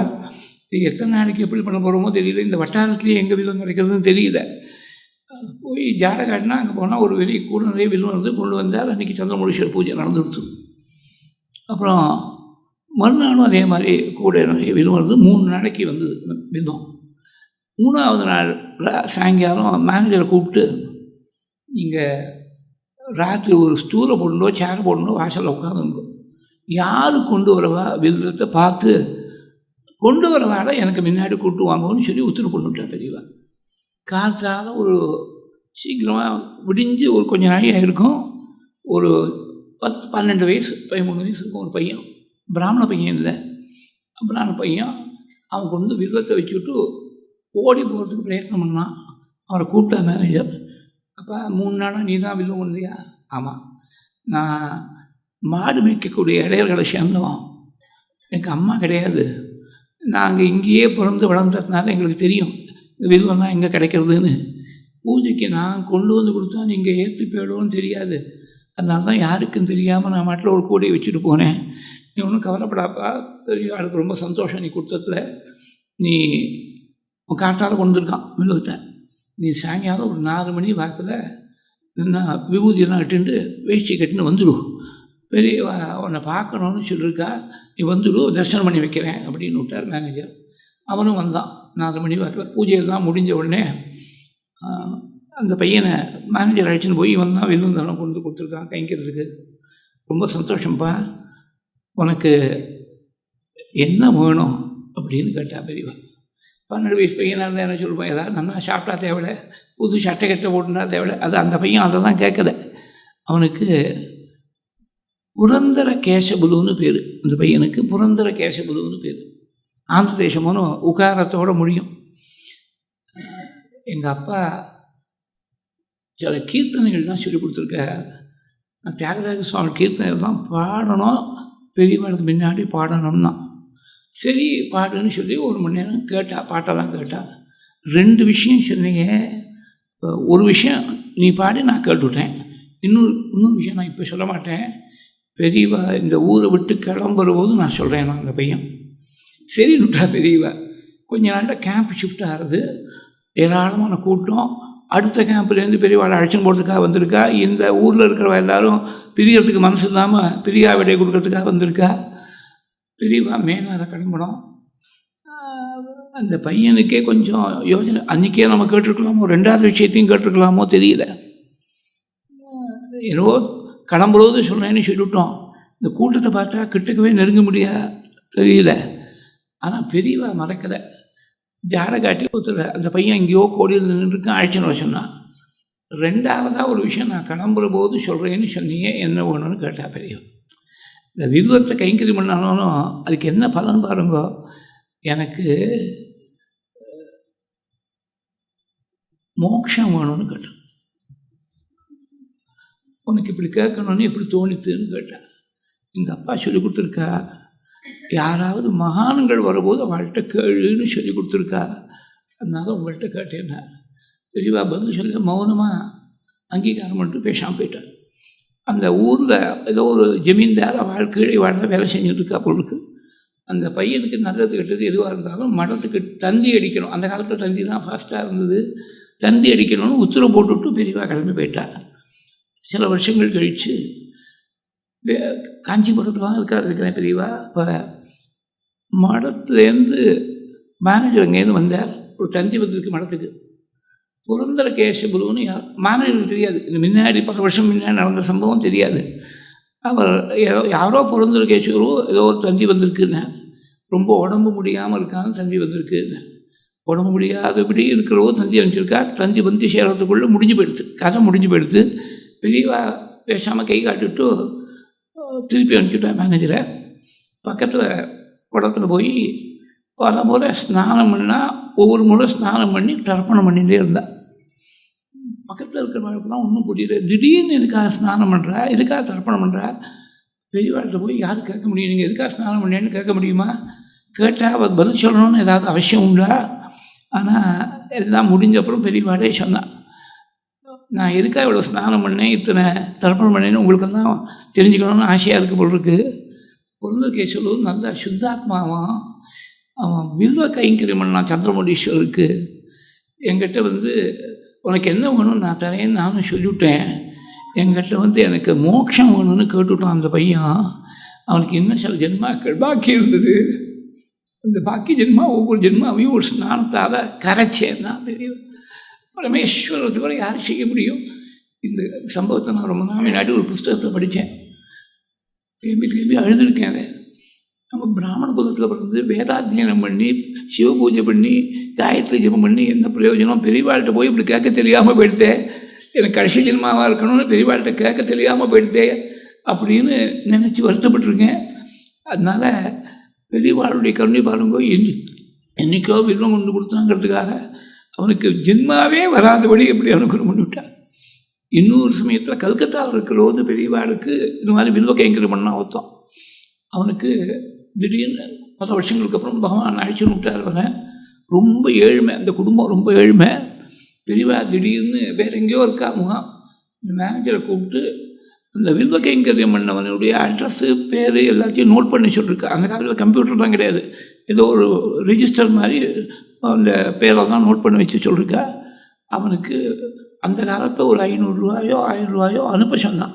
அந்த அட்ரஸுக்கு அனுப்ப சொன்னான். அவன் தவறி போயிருக்கான். கர்மா பண்ணுறதுக்கு கூட வழி இல்லாமல் அந்த குடும்பம் கஷ்டப்பட்டுருக்கு. வில்வ கைங்கரியம் பண்ணாங்கிறதுக்காக அந்த அந்திம காரியங்கள் பண்ணுறதுக்கு அந்த காலத்தில் 500 ரூபாங்கிறது எனக்கு 50,000 ரூபா மாதிரி அனுப்ப சொன்னான். பெரியவா சொன்னான். அந்த சின்ன சின்ன விஷயத்தை முதற்கொண்டு ஞாபகம் வச்சுருந்து அந்த கருணை இருக்க, இந்த கருணை மாத்திரம் இல்லை, அவளுடைய தபஸு வேற ஒருத்தர் நினைச்சு பார்க்க முடியாத அளவுக்கு அந்த தபஸ் இருக்கு. இந்திரிய நிகிரகங்கிறது ரொம்ப முக்கியம், சன்னியாசிகளுக்கு ரொம்ப முக்கியம். புலனடக்கம்னு சொல்கிறோமோ அது 2 விஷயங்கள் ரொம்ப முக்கியம். நைஷ்டிக பிரம்மச்சரியங்கிறது அது ஃபவுண்டேஷன். அது இருந்தால் தான் சன்னியாசத்தில் பிரவேசமே பண்ண முடியும். அதோடு கூட நாக்க ஜெயிக்கிறது. இது 2மே பெரியவா எந்த அளவுக்கு அனுஷ்டானம் பண்ணிருக்கான்னு நம்ம நினச்சே பார்க்க முடியாது. பிரம்மச்சரியத்தை பற்றி சொல்கிறேன். பெரியவா ஒரு சுமார் 35 வயசு இருக்கும். அந்த காலத்து படங்கள் பெரியவா படத்தில் பார்த்தீங்கன்னா தழதழதான ஜம்முன்னு இருப்பாள். அது ஆகாரத்தால் வந்த புஷ்டி இல்லை, தபஸாக ஏற்பட்ட புஷ்டி. இடையாத்துங்குடி பெரியவாளுடைய அதிஷ்டானத்தில் அது மாதிரி ஒரு படம் இருக்குது. நான் ரொம்ப நாள் முன்னாடி எங்கள் பேருக்கிற போது புதுக்கோட்டையிலேருந்து இடையாத்துங்குடிக்கு போனேன். அங்கே மாத்தியானிக ஜபத்தை அங்கே பண்ணேன். பெரியவா சுமார் 35-40 வயசில் இருக்கிற போது இந்த ஒரு படம் அங்கே இடையாத்துங்குடி பெரியவா அதிஷ்டானத்தில் வச்சுருக்கா. இப்போ எப்படியோ தெரியாது, நான் ரொம்ப வருஷம் முன்னாடி போய் தரிசனம் பண்ணேன். மேனேஜரை கூப்பிட்டு பெரியவா திடீர்னு இப்போ நான் எப்படி இருக்கேன் அப்படின்னு கேட்டேன். இங்கே எப்படி இருக்கேன்னு கேட்டால் பெரியவாள்கிட்ட என்ன சொல்ல முடியும்? மௌனமாக இருந்தார் மேனேஜர். தழன்னு தக்காளி பழமாட்டமாக இருக்கேனோ அப்படின்னு கேட்டால் அதுக்கு என்ன பதில் சொல்? ஆமான்னு சொல்கிறதா இல்லைன்னு சொல்கிறதா என்ன சொல்ல முடியும் பதில்? பேசாமல் இருந்தார். யௌவனத்தில் இருக்கக்கூடிய சன்னியாசி, தழன்னு தக்காளி பழமாட்டமாக இருக்கக்கூடிய சன்னியாசிகிட்ட தனியாக ஒரு ஸ்திரீ அனுப்பிச்சா என்ன அர்த்தம் அப்படின்னு ஷாட்டேடி விழுந்து. அப்போ தான் எதுக்காக இப்படி கேட்குறான்னு புரிஞ்சுது மேனேஜருக்கு. முதல் நாள் என்ன இருக்குது, யாரும் ரொம்ப தாங்க முடியாத துக்கம். It is so delicate, so intimate. பெரியவாளை தவிர வேறு யார்ட்டையும் அந்த துக்கத்தை பகிர்ந்துக்க முடியாது. என்ன பண்ணிருக்க, மேனேஜர்கிட்ட அந்த காலத்தில் தான் பார்த்தீங்கன்னா பெரியவா வரானா கிராமத்தில் ஒரு வீடை முழுக்க பெரியவாளுக்கு சந்திரமுடீஸ்வரர் பூஜைக்கு ஒழிச்சு கொடுத்துருவா. இன்னொரு வீட்டில் இந்த மலர்தொழில் சிப்பந்திகள் இந்த கணக்குப்பட்ட டேபிள் வச்சுட்டு அவள் உட்காந்து இருப்பாள். சிப்பந்திகள்லாம் இருப்பாள். கிராமத்து வீடணும் வாசல்லேருந்து கொஞ்சம் மட்டும் ஒரே ஸ்ட்ரெச்சாக இருக்கும். பெரியவாள்கிட்ட விஞ்ஞாபனம் பண்ணணும்னு ஒரு அம்மா கண்ணுங்க நீளமாக அந்த மேனேஜர்கிட்ட கேட்டிருக்கா. பெரியவா உள்ளே தான் இருக்கா, நீங்கள் போகலான்னு அனுப்பிச்சி விட்டார் அந்த மேனேஜர். பெரியவாள்கிட்ட ஏகாந்தமாக பெரியவாள்கிட்ட ஒரு விஷயம் விஞ்ஞாபனம் பண்ணணும்னு அந்த அம்மா உள்ளே நுழைஞ்சிருக்கா. ஏகாந்தமாக விஞ்ஞாபனம் பண்ணணும்னு சொன்ன உடனே தண்டத்திலிருந்து கொல்ல வழியாக வெளியில் போயிட்டா பெரியவா. மறுநாள் அன்றைக்கி மேனேஜருக்கு ஷார்ட் ஆகிடு. இந்த மாதிரி அனுப்பலாமான்னு கேட்டால் அந்த அம்மா ரொம்ப துக்கத்தில் இருந்தால் பெரியவாளை தவிர வேறு யாரும் அந்த துக்கத்துக்கு பரிகாரமே பண்ண முடியாது. அதனால தான் அனுப்பிச்சேன் அப்படின்னு. எனக்கு மாத்திரம் அந்த அம்மாட்ட கருணை இல்லையா? நான் ஒரு தனி சன்னியாசியாக இருந்து சித்தசுத்தி வந்துடுத்துன்னு தோணிச்சுன்னா அந்த அம்மாவுக்கு ஒரு 5 நிமிஷம் அவள் சொல்கிற விஷயத்தை காது கொடுத்து கேட்கறதுனால ஒரு மனசுக்கு ஒரு சாந்தி வரும்னு சொன்னால் செய்யலாம். நான் தனி சன்னியாசி இல்லை, இந்த பீடத்தில் என்ன அம்பாளை உட்காத்தி வச்சுருக்கா. அதனால் ஆதி பகவத்பாதாளுடைய பேருக்கு லவதேசம் கூட இழுக்க வராதபடி பார்த்துக்கணும். பெரியவாளை பற்றி தப்பாக யாராவது பேசினா அவள் நாக்கு அழுகி போய்டுனார் மேனேஜர். அவளுக்கு என்ன ஆகுதுங்கிறது அப்புறம் பார்த்துப்போம். நான் எப்படி நடந்துக்கணுங்கிறது தான் இப்போ முக்கியம். அதனால் இனிமேல் யாராவது ஒரு ஸ்திரீ தனிப்பட்ட முறையில் பெரியவாள்கிட்ட ஏதாவது விஞ்ஞாபனம் பண்ணோம் அப்படின்னு அபிப்பிராயப்பட்டுன்னு வந்தால் அவளை தனியாக அனுப்பாத ஒரு மேல் எஸ்கார்ட் யாரையாவது ஒருத்தர் போட்டு, அந்த மேல் எஸ்கார்ட்டுக்கு கூட தெரியப்படாது, அவ்வளோ அந்தரங்கமான விஷயம்னா டமார செவிடாக ஒரு புருஷனை எஸ்கார்ட் போட்டு அனுப்புன்னு நான் தெரியல. டமார செவிடாக இருக்காரா இல்லைன்னு எப்படி வெரிஃபை பண்ணுறது, அதுக்கும் வழி சொல்லி கொடுத்தா. நான் பெரியவாழ்கிட்ட ஒரு 10 நிமிஷம் எக்ஸ்க்ளூசிவாக ஒரு இன்டர்வியூ கிடைக்கிறனாக்க நான் டமார செவிடுன்னு எவ்வளோ க்ளைம் பண்ணிட்டு போயிடலாமோனோ. இது கண் பார்வை இல்லைன்னா ஈஸியாக தெரிஞ்சு போயிடும். அதே மாதிரி ஒரு வேறு கை காலில் ஏதோ ஊனம் இருக்குன்னா தெரிஞ்சு போயிடும். இந்த டமார செவிடுங்கிறது செவிடாட்டமாக அபிநயம் பண்ணலாமோனோ. அதனால் பெரியவா சொன்னால் அந்த கூட்டத்தை யாரோ ஒருத்தர் அவருக்கு காது கேட்காதுன்னு தெரிஞ்சால் அவரை 10 அடி போக விட்டுடும். அப்போ திடீர்னு ஒரு பேரை கூப்பிடு, பேர் கூப்பிட்ட உடனே திரும்பி பார்த்தாருன்னா டமார செவிடு இல்லை, அதை என்ஷூர் பண்ணிட்டு எனக்கு டமார செவிடா ஒருத்தனை அனுப்பு, எஸ்கார்ட் போட்டு அனுப்பு, மேனேஜருக்கு உத்தரவு போட்டால். அந்த நைஷ்டிக பிரம்மச்சரியத்துக்கு இன்னொரு ஒரு திருஷ்டாந்தம் சொல்கிறேன். சுமார் 20-21 வயசு இருக்கும் பெரியவாளுக்கு. 20 வயசுங்கிறது இன்னிலேருந்து பார்த்தேன்னாக்க ஒரு கிட்டத்தட்ட ஒரு 120 வருஷம் முன்னாடி, 110 வருஷம் முன்னாடி வாத்தியம கிராமத்தை சேர்ந்த ஒரு குடும்பத்தில் பொண்ணுக்கு கல்யாணம் பண்ணிருக்கான். அந்த காலத்தில் 100 வருஷம் முன்னாடி கன்னியாதாரமாக 8 வயசோ 9 வயசோ அந்த குழந்தைக்கு 14-15 வயசு பையனுக்கு கல்யாணம் ஆன கோலத்தோட பெரியவாள்கிட்ட வந்து நமஸ்காரம் பண்ணி ஆசீர்வாதம் வாங்கிக்கணும்னு அழைச்சின்னு வந்திருக்கா. 8 வயசு குழந்தைக்கு என்ன தெரியும் சொல்லுவோம், இன்னசென்ட் சைல்டு. அது ஜடாலங்காரத்தோடு தலையை பின்னி அப்படியே அனுப்பிச்சிருக்கா. நமஸ்காரம் பண்ணுற போது அந்த தலை முடியானது ஒரு நுனி ஒரு ஒரு மில்லிமீட்டர் எங்கேயோ பெரியவா பாதத்தில் பட்டுடுத்து போட்டிருக்கு. ஒன்றும் சொல்ல பிரசாதம் கொடுத்து அனுப்பிச்சாச்சு அந்த புது தம்பதிகளை. அடுத்த க்ஷணமே ஒரு பர்ணசாலை போட சொன்னான் தனக்காக. பர்ணசாலையை போட்டுட்டு கூரையை டிஸ்மேண்டில் பண்ண சொன்னான்.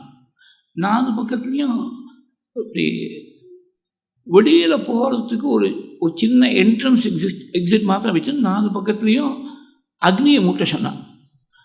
பெரியவா 20-21 வயசாக இருக்கிறபோது சந்திரமுடீஸ்வரர் பூஜை 3 காலமும் நடக்கிறது. தன்னுடைய தியானம் அனுஷ்டானம் தன் ஆசிரமத்துக்கு இருக்கக்கூடிய ஜபங்கள் ஒன்றுமே குறையலை. ஆனால் பிக்ஷை கிடையாது, தீர்த்தபானம் கூட கிடையாது. பஞ்சாக்னி தபஸை பற்றி காவியங்கள் தான் பேசுறது, புராணங்கள் தான் பேசுறது. 4 பக்கத்துலேயும் அக்னி, மேலே சூரியனுடைய உஷ்ணம், 5 அக்னிகள், பஞ்சாக்னி தபஸ்ன்னு பேர்.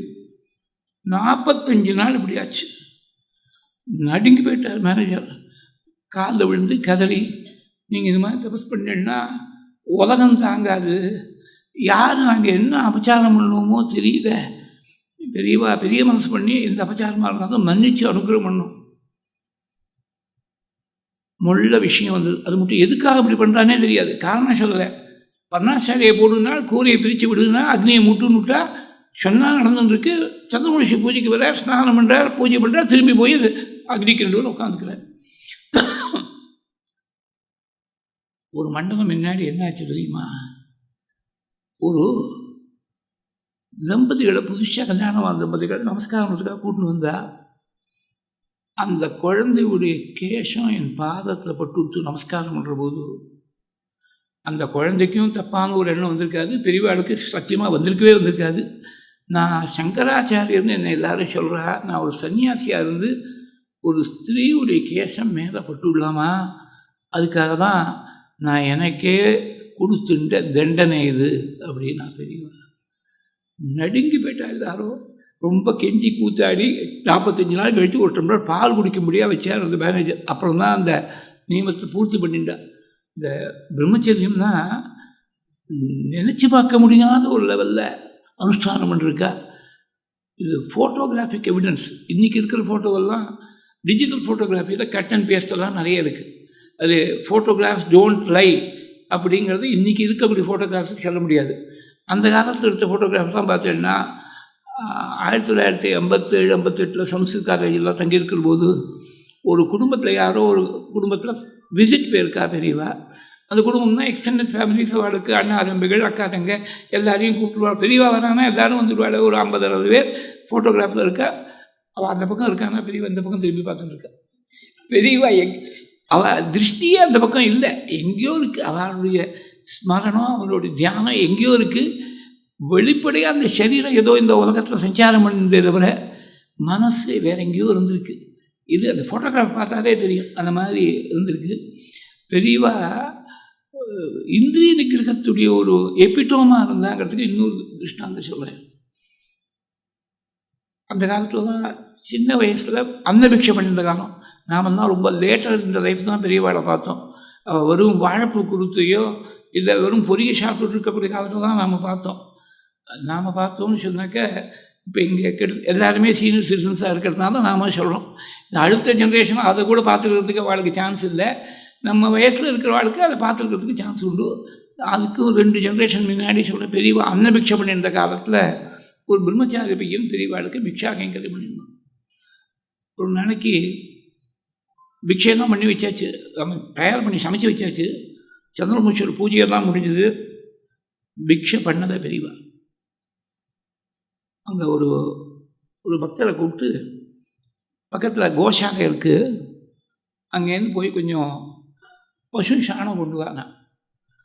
தேங்காய் திருவிழப்புன்னு அந்த கொட்டாங்கச்சி இருக்கும்போது ஒரு கொட்டாங்கச்சி எடுத்துகிட்டு போய் கோமூத்திரத்தை கொண்டு வாங்க. இவருக்கு ஒன்றும் தெரியல, எதுக்காக கேட்குறா தெரியல. சாணத்தை கொண்டு வந்துட்டோம் ஈஸியாக. கோமூத்திரம் நம்ம போய் பெரியவா கேட்குறான்னு பசுமாட்டை போய் சொல்ல முடியுமா? அது கோமூத்திரத்தை விசர்ஜனம் பண்ணுமே அந்த சமயத்தில். நீ கொடுக்குன்னா போனால் கரெக்டாக ஒரு விசர்ஜனம் பண்ணிட்டு அந்த கொட்டாங்கச்சியில் கோமூத்திரத்தை பிடிச்சி கொண்டு வந்தார். ஒரு நெல்லிக்காய் அளவுக்கு அந்த சாணத்தை பசு சாணத்தை வாயில் போட்டுருந்தா பெரியவா. இன்றைக்கி தான் பிக்ஷைன்னு விட்டார். இந்த கொட்டாங்கச்சியிலேருந்து கோமூத்திரத்தை குடித்தா இன்றைக்கி தான் தீர்த்தமானன்னு விட்டார். மறுநாளைக்கும் அதே மாதிரி கூப்பிட்டார். 3 நாள் இது மாதிரி பண்ணேன். வெறும் கோமயம் தான் கொஞ்சம் போல் பிக்ஷை, பசு மூத்திரம் கோமூத்திரம் தான் தீர்த்தமானம் 3 நாளைக்கு. இதை ஒரு கிராமத்துக்கு பேர்க்கிற போது வாத்திம கிராமம் ஞாபகம். இங்கே ஒருத்தர் வந்து சொன்னேன், பெரியவாளுக்கு கொட்டாங்கச்சியில் கோமூத்திரத்தை கொண்டு கொடுத்து எங்கள் அப்பா தான் அப்படின்னு சொல்லி எனக்கு I got a direct confirmation from is immediate hair. அவருடைய புள்ள வந்து என்கிட்ட சொன்னேன். இந்த பிரம்மச்சாரி பையன் தினம் பிக்ஷை தயார் பண்ணி வைக்கிறான், சாப்பிடல பெரியவா. நாம் என்ன அபச்சாரம் பண்ணோம் தெரியல. ரொம்ப ஆடி போயிட்டான். மேனேஜர்கிட்ட போய் 3ஆவது நாள் அவனுக்கு தாங்க முடியல. நான் என்ன அபச்சாரம் பண்ணாலும் பெரியவா மன்னிக்கணும், நீங்கள் ஏதாவது சொல்லி ஏற்பாடு பண்ணும்போது மேனேஜர்கிட்ட போய் எழுதான். அப்போ எங்கிட்ட சொன்னால் நான் என்ன பண்ண முடியும்? 2 பேரும் பெரியவாட்ட போகும்போது அந்த பையனையும் அழிச்சுன்னு மேனேஜர் வந்து நமஸ்காரம் பண்ணி, நாங்கள் ஏதாவது அபச்சாரம் பண்ணியிருந்தா பெரியவா பெரிய மனசு பண்ணி கொஞ்சம் மன்னிக்கணும் அப்படின்னு போய் நமஸ்காரம் பண்ணேன். தேம்பி அழுது நிற்கிறான் அந்த பையன். ஏன் போய் அழறேன்னு கேட்டார். நான் 3 நாளாக பிக்ஷை தயார் பண்ணி வைக்கிறேன், பெரியவா ஸ்வீகரிக்கிற பிக்ஷையை. நான் என்ன அபச்சாரம் பண்ணேன்னு தெரியல. ஏதாவது அபச்சாரம் தெரியாமல் இருந்தால் கூட பெரியவா, தெரிஞ்சோ தெரியாமலோ இருந்தால் பெரியவா மன்னிக்கணும்னு மறுபடியும் நமஸ்காரம் பண்ணான். நீ ஒன்றும் தப்பு பண்ணலையப்பா, ஆறுதலாக சொன்னேன். நீ ஒன்றும் தப்பு பண்ணலேன்னு என்கிட்ட சொல்கிறேன், ஆனால் பெரியவா பிக்ஷையை ஸ்வீகரிக்கிறிய. நான் பண்ணின தப்புக்கு நீ என்ன பண்ண முடியும்? என்ன இருக்குது? 3 நாள் பிக்ஷை பண்ணலையோனோ, 3 நாள் முன்னாடி 4 நாள் முன்னாடி நீ என்ன பண்ண பிக்ஷைக்குன்னு கேட்டார். ஏதோ கீரை மசியல் பண்ணியிருக்கான். அன்ன பிக்ஷை பண்ணது காலம். அதுக்கு முதல் நாள் என்ன பண்ண? கீரை மசியல். அதுக்கு முதல் நாள் 6 நாள் முன்னாடி என்ன பண்ண? கீரை மசியல். என்ன இருக்குது? ஒரு நாளைக்கு கீரை மசியல் பண்ணிருக்கார். இலையில பரமானதை முழுக்க சாப்பிட்டுட்டா போடுறதுக்கு பெரியவா. இன்னும் சரி பெரியவாளுக்கு இது பிடிச்சிருக்குன்னு நினச்சின்னா 2ஆவது நாளும் கீரை பண்ணிருக்கான் அந்த பையன். அன்றைக்கும் சாப்பிட்டுட்டா இலையில போட்டதை. 3ஆவது நாளும் கீரையை பண்ணிவிட்டா சாப்பிட்டுட்டா. 4ஆவது நாள்லேருந்து 3 நாளைக்கு பிக்ஷையே பண்ணல பெரியவா. நீ மாட்டில் என்ன பண்ணிவிட்ட? நீ பரமாறின, நானும் சாப்பிட்டுவிட்டேன் முழுக்க. எனக்கு பிடிச்சிருக்குன்னு நினச்சின்னு 3 நாள் சேர்ந்தாப்பில் கீரையை பண்ணிவிட்டேன். 3 நாள் நான் சாப்பிட்டுட்டேன். நீ என்ன பண்ணுவே? நல்ல எண்ணத்தோடு பாவம் பெரியவாளுக்கு கீரை பிடிச்சிருக்க போல் இருக்கு அப்படின்னு நினச்சிருந்து எங்கேயாவது யார்ட்டையாவது பேச்சுவார்த்தையில் பெரியவாளுக்கு கீரை பிடிக்கும் அப்படின்னு சொல்லி வச்சுருவேன். அப்புறம் மடத்துக்கு வரவா எல்லாரும் ஆளுக்கு ஒரு கொத்து கீரை எடுத்துன்னு வருவா. யாராவது இந்த சங்கராச்சாரிய சுவாமிகளுக்கு நாக்கு கீரை கூட கேட்குறதோ அப்படின்னு யாராவது சொல்லுவா. என்னை பற்றி அவள் என்ன வேணால் சொல்லிட்டு போட்டோம், அதை பற்றி நான் கவலைப்படல. சங்கராச்சாரியன்னு சொல்லும்போது ஆதி ஆச்சாரியால் போய் சேருவது நான் பண்ணக்கூடிய காரியத்தால் ஆதி ஆச்சாரியால் பகவத்பாதாளுக்கு ஒரு அவதூறு வரும்படியாக நான் நடந்துக்கப்படாது. நினச்சி பார்க்க முடியுமா? என்ன ஒன்றும் பஞ்சபட்ச பரமானம் இல்லை. ஸ்வீட் பண்ணால் அது அபூர்வமான ஒரு விஷயத்தை தயார் பண்ண சாதாரண ஒரு கீரை மசியல். இந்த கீரை மசியலில் கூட தான் சாப்பிட்டதுனால ஒரு தனக்கு அந்த ஒரு பிரியம் வந்திருக்குன்னு யாருக்கும் எண்ணம் வரப்படாது, தனக்கும் அந்த மாதிரி தோணப்படாதுன்னு சொல்லிவிட்டு 3 நாள் கீரை சாப்பிட்டா 3 நாளைக்கு பிக்ஷை பண்ணல. நாக்கை எப்படி ஜெயிச்சு வச்சுருக்கா பெரிய. இன்னொரு சமயம் 10 நாள் சேர்ந்தாப்புல பிக்ஷை பண்ணல. ஒத்துக்கும் ஒன்றும் புரியல, ஏன் பிக்ஷை பண்ணாமல் இருக்கான்னு ஒன்றும் புரியல. 11ஆவது நாள் முள்ள சொல்கிறா, 10 நாள் முன்னாடி சந்திரபூடேஸ்வருக்கு நைவேத்தியம் அதுக்கு சக்கரை பொங்கல் கொண்டு வச்சுருக்காப்புறவுக்கு. நைவேத்தியம் நாம் பார்க்க முடியாது, திரையை போட்டுவிடுவா. பெரியவாளுக்கு தெரியுமா உனக்கு கொண்டு பாத்திரத்தை வைக்கிறபோது சக்கரை பொங்கல் நன்னா இருக்குது போல் இருக்கேன்னு நினச்சுட்டாலாம் ஒரு நிமிஷம். அதனால் 10 நாள் பிக்ஷை பண்ணல. அந்த எண்ணம் கூட வரப்படாது, நன்னா இருக்குது இந்த பதார்த்தம்னு எண்ணம் கூட. இந்திரிய நிற்கிறவங்கன்னா நினச்சே பார்க்க முடியாத ஒரு லெவலில் கொண்டு அனுஷ்டானம் பண்ணிவிட்டா பெரியவா. அவளுடைய தபஸானது அதனால்தான் இன்றைக்கும் பெரியவாளை பற்றி நினைச்சாலே கண்ணில் ஜனம் வருது, அனுஷ்டானம் பண்ணணும்னு தோன்றதுன்னா அவளுடைய தபஸு அப்படி ஒரு தபஸ் இருந்திருக்கு. அந்த தபஸானது உலகத்துக்கு முழுக்க ஒரு பெரிய லட்சியம் இருந்திருக்கு. எல்லா மதத்தை சேர்ந்தவாளையும் மனசை போய் கவர்ந்திருக்கு, நாஸ்திகர்களை முதற்கொண்டு கவர்ந்திருக்கு. இஸ்லாமிய மதத்தை சேர்ந்த ஒருத்தர் பெரியவாழ்கிட்ட வந்து நமஸ்காரம் பண்ணி என் பத்னியை கூட்டின்னு வரணும், தரிசனத்துக்கு கூட்டின்னு வரலாமான்னு கேட்டாராம். உன் பத்னி கோஷாஸ்திரி இல்லையான்னு கேட்டிருக்கா பெரியவா. இந்த இஜாப்னு சொல்கிறாளோன்னு இப்போ அவளுக்கு சம்பிரதாயமாக அவள் ஸ்திரீகள் எல்லாரும் இந்த முகத்தை மூடின்னு தான் வரணும். பாக்கி இருக்கிறவாளுக்கு தான் கோஷாஸ்திரி, பெரியவாளுக்கு இல்லைன்னு விட்டார் அவர். ஏன்னா உங்களை நான் வேறு மதத்தை சேர்ந்த ஒரு மத குருவாக பார்க்கல, உங்களை பார்க்குறது அல்லாவை பார்க்குற மாதிரி இருக்குது. எனக்கு பத்னியை கொண்டு வரத்துக்கு அனுமதி வேணும்னு கேட்டார். அதே மாதிரி ஒரு சமயம் ஒரு புத்த பிக்ஷு வந்துட்டு போனார். புத்த பிக்ஷு வந்துட்டு காதோடு ஏதோ சொல்லிட்டு போயிட்டார். அவங்களுக்கு கிட்டக்க காதோடுனா காதோடு அப்படி இல்லை, அந்த கிட்டக்க வந்து யாருக்கும் கேட்காதபடி ஏதோ சொல்லிட்டு போயிட்டார். இவர் என்ன சொல்லியிருக்கார் பெரியவாழ்கிட்ட அப்படின்னு பக்கத்தில் இருக்கிற வாழ்க்கெல்லாம் தெரிஞ்சுக்கணும்னு ஒரு க்யூரியாசிட்டி. பெரியவாழ்கிட்ட போய் என்ன கேட்கறது, பெரியவாழ முள்ள அவாடா சொன்னால் தான் உண்டு. இந்த புத்தர் சொன்னது சரியில்லே நான் சொல்லிட்டு இருக்கேன், இன்னொன்று ஆதிசங்கர பகவத்பாதா சொன்னார்னு. அந்த புத்தரையே எங்கிட்ட பார்க்குறேன்னு அவர் சொல்லிட்டு போயிட்டார் அப்படிங்கிற பெரியவா.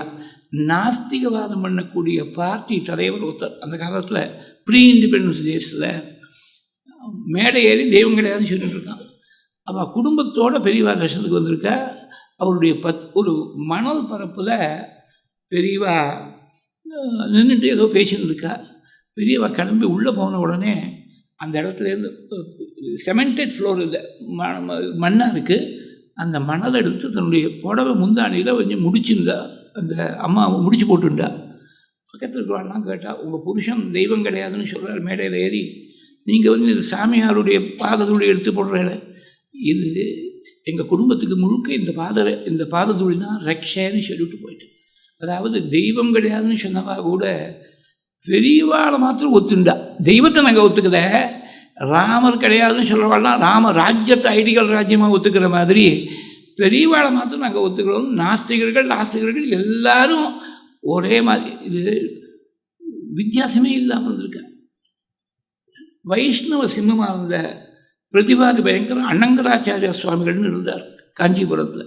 நான் தரிசனம் பண்ணிருக்கேன் ரொம்ப வாரம் முன்னாடி, ஒரு 40 வருஷம் முன்னாடி எங்கள் பிரவச்சனத்துக்காக இருந்த பொழுது அவரை போய் தரிசனம் பண்ணிருக்கேன். அவர் வைஷ்ணவ சிம்மம் தான். பையனும் அத்தாரிட்டியாக இருந்தார். பெரியவாளோடு நடந்து போகிற பொழுது வயல் வழியாக கீழே தான் ஜலமாக இருக்குது. இவர் கூட வர தேவரீர், அவள் வைஷ்ணவ சம்பிரதாயத்தில் நீங்கள்னு சொல்ல மாட்டாள், தேவரீர்னு தான் சொல்லுவாள். தேவரீர் ஒரு நிமிஷம் நிற்கணும் அப்படின்னு பிரார்த்திச்சுட்டேன். சரி நின்றுட்டா பெரியவா. எதுக்கு அதுக்கு சொன்ன அடுத்தாப்பில் என்ன பண்ணாலும் பெரியவா பாதம்பட்ட அந்த தீர்த்தத்தை எடுத்து சிரத்தில் புரோக்ஷனம் பண்ணிட்டாங்க. இது வந்து சாட்சாத் ஸ்ரீமன் நாராயணனுடைய பாத தீர்த்தம். அவள் சம்பிரதாயத்தில், வைஷ்ணவ சம்பிரதாயத்தில் இந்த ஸ்மார்த்த சன்னியாசிகளையே ஒத்துக்கலை. ஏன்னா அத்வைத பரம்பரையில் வந்த சன்னியாசிகளுக்கு நம்ம சம்பிரதாயத்தில் சிக்கியம் கிடையாது, யஜ்ஞபீதமும் கிடையாது. அதனால் இந்த மாதிரி சன்னியாசிகளை பார்த்தா உடனே வஸ்திரத்தோடு ஸ்நானம் பண்ணணும்னு இருக்குது அவள் சம்பிரதாயத்தில். ஆனால் இவர் சாட்சாத் நாராயணா பார்க்க நாராயணனுடைய பாதத்தீர்த்தம்னு எடுத்து புரோக்ஷப்பட்டார். இந்த மாதிரி எந்த சம்பிரதாயத்தை சேர்ந்தவாளாக இருந்தாலும், எந்த மதத்தை சேர்ந்தவாளாக இருந்தாலும், எந்த மதத்தையும் ஒத்துக்காத நாஸ்திகனாக இருந்தாலும் பெரியவாளை மாத்திரம் ஒத்துண்டா.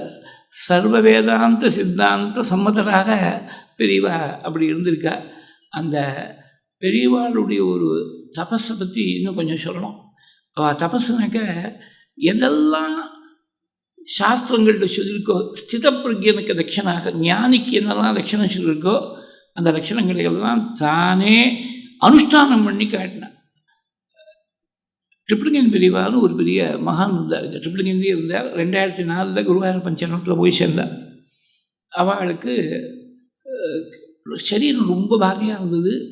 கடைசி 2 வருஷம், அதாவது 2002, 2003 2 வருஷங்களும் வியாச பூஜை உட்காந்து பண்ண முடியல. 1992 சன்னியாசம் வாங்கிட்டா. 12 வருஷம் சன்னியாசாசிரமத்தில் இருந்தால். அப்போ நான் அடிக்கடி போய் தரிசனம் பண்ணிருக்கேன். அவளோட சன்னியாசாசிரமத்தில் ஒரு 300-400 முறை தரிசனம் பண்ணிருப்பேன். வெஸ்ட்மாம்பலத்தில் ஒரு பெரியவாக இருந்தால், தர்மசாஸ்திரத்தில் அவள் தான் அத்தாரிட்டியாக இருந்தாள். விநாயகர் நாராயண சாஸ்திரிகள்னு அவள்கிட்டையும் சில மந்திரோபதேசம் சிவ பூஜைலாம் அவள் தான் எனக்கு எடுத்து வச்சா. 2 இடத்துலையும் நான் ஈடுபட்டதுனால அவள் இருக்கிற விட்டும் விநாயகர் சாஸ்திரிகள் தான் தர்மசாஸ்திரத்துக்கு அத்தாரிட்டியாக இருந்தால். சவுத் இந்தியா முழுக்க அவளும் மகாபெரியவாளுடைய பெரிய கருணைக்கு பாத்திரமானவா. இந்த மாதிரி வியாச பூஜை பார்த்தீங்கன்னா குறைஞ்சது ஒரு 4-4.5 மணி நேரம் ஆகும். 63 எலுமிச்சம்பழத்தில் 63 தேவதா சுரூபம், ஒவ்வொன்றுத்தையும் தனியாக தியானம், ஆவாகனம், தூபம், தீபம், நைவேத்தியம், கல்பூரம் ஒவ்வொன்றுத்தையும் தனித்தனியாக கணக்கு போட்டுங்கோ. 63 எலுமிச்சம்பழத்தில் 63 மூர்த்தங்களுக்கு அது பண்ணுற போது எவ்வளோ நாள் ஆகும்? 4-4.5 மணி நேரம். கிடுகிடுக்குன்னு பண்ணால் கூட 4-4.5 மணி நேரம் ஆகிடும். சேர்ந்து உட்கார முடியல. அவருக்கு பைபாஸ் எல்லாம் சர்ஜரி இருக்குது. இப்போ விநாயகர் சாஸ்திரிகிட்ட போய் நீங்கள் அவர்கிட்ட ஈடுபட்டிருக்க கேட்டுன்னு வாங்குவோம். தர்மசாஸ்திரம் தான் அத்தாரிட்டியாக இருக்க, என்ன பண்ணலாம் கேட்டுன்னு வாங்குவோன்னு என்ன அனுப்பிச்சார். நான் போய் கேட்டேன். சங்கல்பம் மாத்திரம் அவர் பண்ணிக்கிட்டோம். இந்த வியாச பூஜையை அவர் சிஷ்யாள் யார் வேணால் கிரஸ்தாள் வெள்ளை வேஷ்டி இருக்கவாலும் பண்ணலாம் அப்படின்னு சொன்னார். அடி எனக்கு இந்த பாக்கியத்தை கொடுத்தார். 2002, 2003 வியாச பூஜையை அங்கே அவர் பக்கத்தில் உட்காந்துருப்பார். நான் உட்காந்து அவள் அது எதி தர்ம பிரதிகா புஸ்தகங்கள் தான் இருக்குது, அதை வச்சுன்னு பூஜை பண்ணி. அப்போ வியாச பூஜையுடைய பூர்த்தி 2 மாதம் கழித்து விஸ்வரூப யாத்திரைன்னு சொல்லி அன்றைக்கி பகவத்கீதையில் 11வது அத்தியாயம் விஸ்வரூப தரிசன யோகம் அதை படிக்கிறது வழக்கம். மகாபெரியவா காலத்தில் இவா போய் படிச்சிருக்கா, ட்ரிப்ளிகன் பெரியவா போய் படிச்சிருக்கா. இப்போ சமீபத்தில் ஒரு 3-4 வருஷமாக விஸ்வரூப யாத்திரை அன்றைக்கி பாரத பெரியவா உத்தரவு பண்ணி அங்கே அந்த கீதைக்கு பூஜையெல்லாம் பண்ணுறதுக்கு அடியனுக்கு இந்த பாக்கியத்தை கொடுத்து அவள் பெரியவாளே படிப்பாள் அந்த விஸ்வரூப தரிசன யோகத்தை. இந்த 2002, 2003 2 வருஷம் வியாச பூஜைக்கு தொடர்ச்சியாக விஸ்வரூப யாத்திரைக்கு மத்தியானம் 3 மணி வரல போவேங்க. போனால் அந்த விஸ்வரூப தரிசன யோகம் படிக்கிற போது அங்கங்கே அனடேட் பண்ணிட்டு வருவார். கடைசி ஸ்லோகம் இருக்குது 11வது அத்தியாயத்தில். மத்கர்மகத்து மத்பர்மகா மத்பக்த சங்கவர்ஜிதகா 5 லட்சணம் சொன்னேன். என்னுடைய காரியத்தையே பண்ணின்னு மத்கர்மகத்து, என்னையே நினைச்சுன்னு மத்பரமாக மத்பக்தா எங்கிட்டையே பக்தி பண்ணிட்டு உலகத்தில் எந்த வஸ்துவிலையும் பற்றுதல் இல்லாமல் சங்கவர்ஜிதகா. 5வது எந்த பிராணிகளிடத்துலையும் லவதேசம் கூட துவேஷம் இல்லாமல் நிர்வைர சர்வபூதேஷு எஸ்ஸமாமேதி பாண்டவான்னு இருக்குது. அது சொல்கிற போது ட்ரிப்ளிகன் ஸ்லோகத்தை படிக்கிறதோ சொன்னால் முதல் 4 ஈஸி, 5வது ரொம்ப கஷ்டம். பெரியவா புத்தகம் தான் அப்படி இருக்க முடியும். நிர்வைர சர்வபூதேஷு எந்த ஜீவராசிகளுக்கும் துவேஷமே இல்லாமல் இருக்குது. நான் ட்ரிப்ளிகன் பெரியவா ஒரு ஜென்ரேஷன் மேலே எங்கள் அப்பா வயசு இருக்கும் இருந்துட்டேன். அதனால் எங்கள் அப்பாட்ட பழகிறத விட இன்னும் கொஞ்சம் நெருக்கமாகவே அவர்கிட்ட பழகக்கூடிய ஒரு சுவாதீனத்தை கொடுத்தார். நான் சிரிச்சுன்னே சொன்னேன், முதல் 4 ஈஸியாக இருக்குது, 5வது கஷ்டம்னு பெரியவா சொல்கிறேன். எங்களுக்கு 5மே கஷ்டமாக தான் இருக்குது எங்களுக்கு அப்படின்னு சொன்னேன். அந்த 5வதுக்கு நிர்வீர சர்வபூதேஷுங்கிறதுக்கு சொன்னேன். பெரியவா ஒருத்தர் தான் அப்படி பண்ணியிருக்க முடியும். ஒருத்தர் என்ன பண்ணார், ஒரு புஸ்தகம் எழுதினேன். இது ட்ரிப்ளிகன் பெரியவா என்கிட்ட நேரேட் பண்ணது. இந்த காஞ்சி மடமே பகவத்பாதார் ஸ்தாபனம் பண்ண மடம் கிடையாது அப்படின்னு ஒரு புஸ்தகத்தை எழுதி பெரியவாள்கிட்ட கொடுத்துருக்காரு. அந்த புஸ்தகத்தை பெரியவா ஒன்றும் சொல்ல, உனக்கு இந்த புஸ்தகம் எழுதணும்னு தோணித்தோ இவ்வளோதான் கேட்டாலாம். ஏதோ பிரசாதத்தை கொடுத்து அனுப்பிட்டு பெரிய சம்ஸ்கிருத வித்வானவர். அவருக்கு கொஞ்ச நாள் கழித்து ஒரு பெரிய ஒரு இடியாட்டமாக ஒரு பெரிய சிரமம் வந்துடுத்து. ஒரே புள்ள அகாலத்தில் தவறி போயிட்டோம். வடக்கில் எங்கேயோ இருக்கிற காசியிலையோ எங்கேயோ அந்த குழந்தைக்கு கர்மானந்தம் இருக்குது. தகவல் தெரிஞ்ச உடனே பல பேர் பந்துக்கள்லாம் இங்கேருந்து அங்கே போனான் அவருக்கு ஒரு ஆறுதல் சொல்கிறதுக்காக. தீட்டு இல்லாதவா யாரோ பெரியவாள்கிட்ட இந்த விஷயத்தை சொல்லிவிட்டா, இது மாதிரி அவருக்கு புத்திரசோகம் வந்துடுச்சு. பெரியவா ரொம்ப கருணையோட, புத்திரசோகம் யாருக்கும் வரக்கூடாது, அவர் நன்னா சம்ஸ்கிருதம் நன்னா தெரிஞ்சவர், பாகவதத்தை நான் சொன்னேன்னு படிக்க சொல்லுங்கோ, அவருக்கு மனசாந்தி வரும் அப்படின்னு பெரியவா சொல்லி அனுப்பிச்சார். அப்படியே போய் இந்த யார் பெரியவாள்கிட்ட ரிப்போர்ட் பண்ணாலும் அவள் திரும்பி போய் அவர்கிட்ட சொன்னான். அழுதுட்டார் அவர். நான் பெரியவா கிடையாது, மடமே கிடையாதுன்னு புஸ்தகம் எழுதினேன். எனக்கு இடிகாட்டமாக ஒரு கஷ்டம் வரும்போது எனக்கு ஆறுதலுக்கு பாவனம் படின்னு சொல்லியிருப்பா பெரியவா. 13 நாள் காரியம் முடிஞ்சது. அடுத்த ட்ரெயினை பிடிச்சார். நேராக in the words of the English poet, those who came to scoff remain to pray. நேராக சரணாகிரி தான் பெரியவாளுடைய சரணத்தில். கொஞ்சம் கூட அந்த தான் கிடையாதுன்னு எழுதியிருக்கார். ஃபவுண்டேஷனில் வேறு அடிவேற கையை வச்சுருக்கார். அதை கொஞ்சம் கூட மனசில் பாராட்டாமல் அவருக்கு ஒரு ஆறுதல் சொல்லணும்னு கொஞ்சம் கூட விரோதி பாவமே இல்லாமல் எல்லாத்தையும் ஒரே மாதிரி இருந்தது. பெரியவா ஒருத்தர் தான் அப்படி இருக்க முடியும். அத்வேஷ்டா சர்வபூதானாம்னு ஆரம்பித்து ஒரு 8 ஸ்லோகங்கள் 12வது அத்தியாயத்தில் பக்தி யோகத்தில் இருக்குது கீதையில்.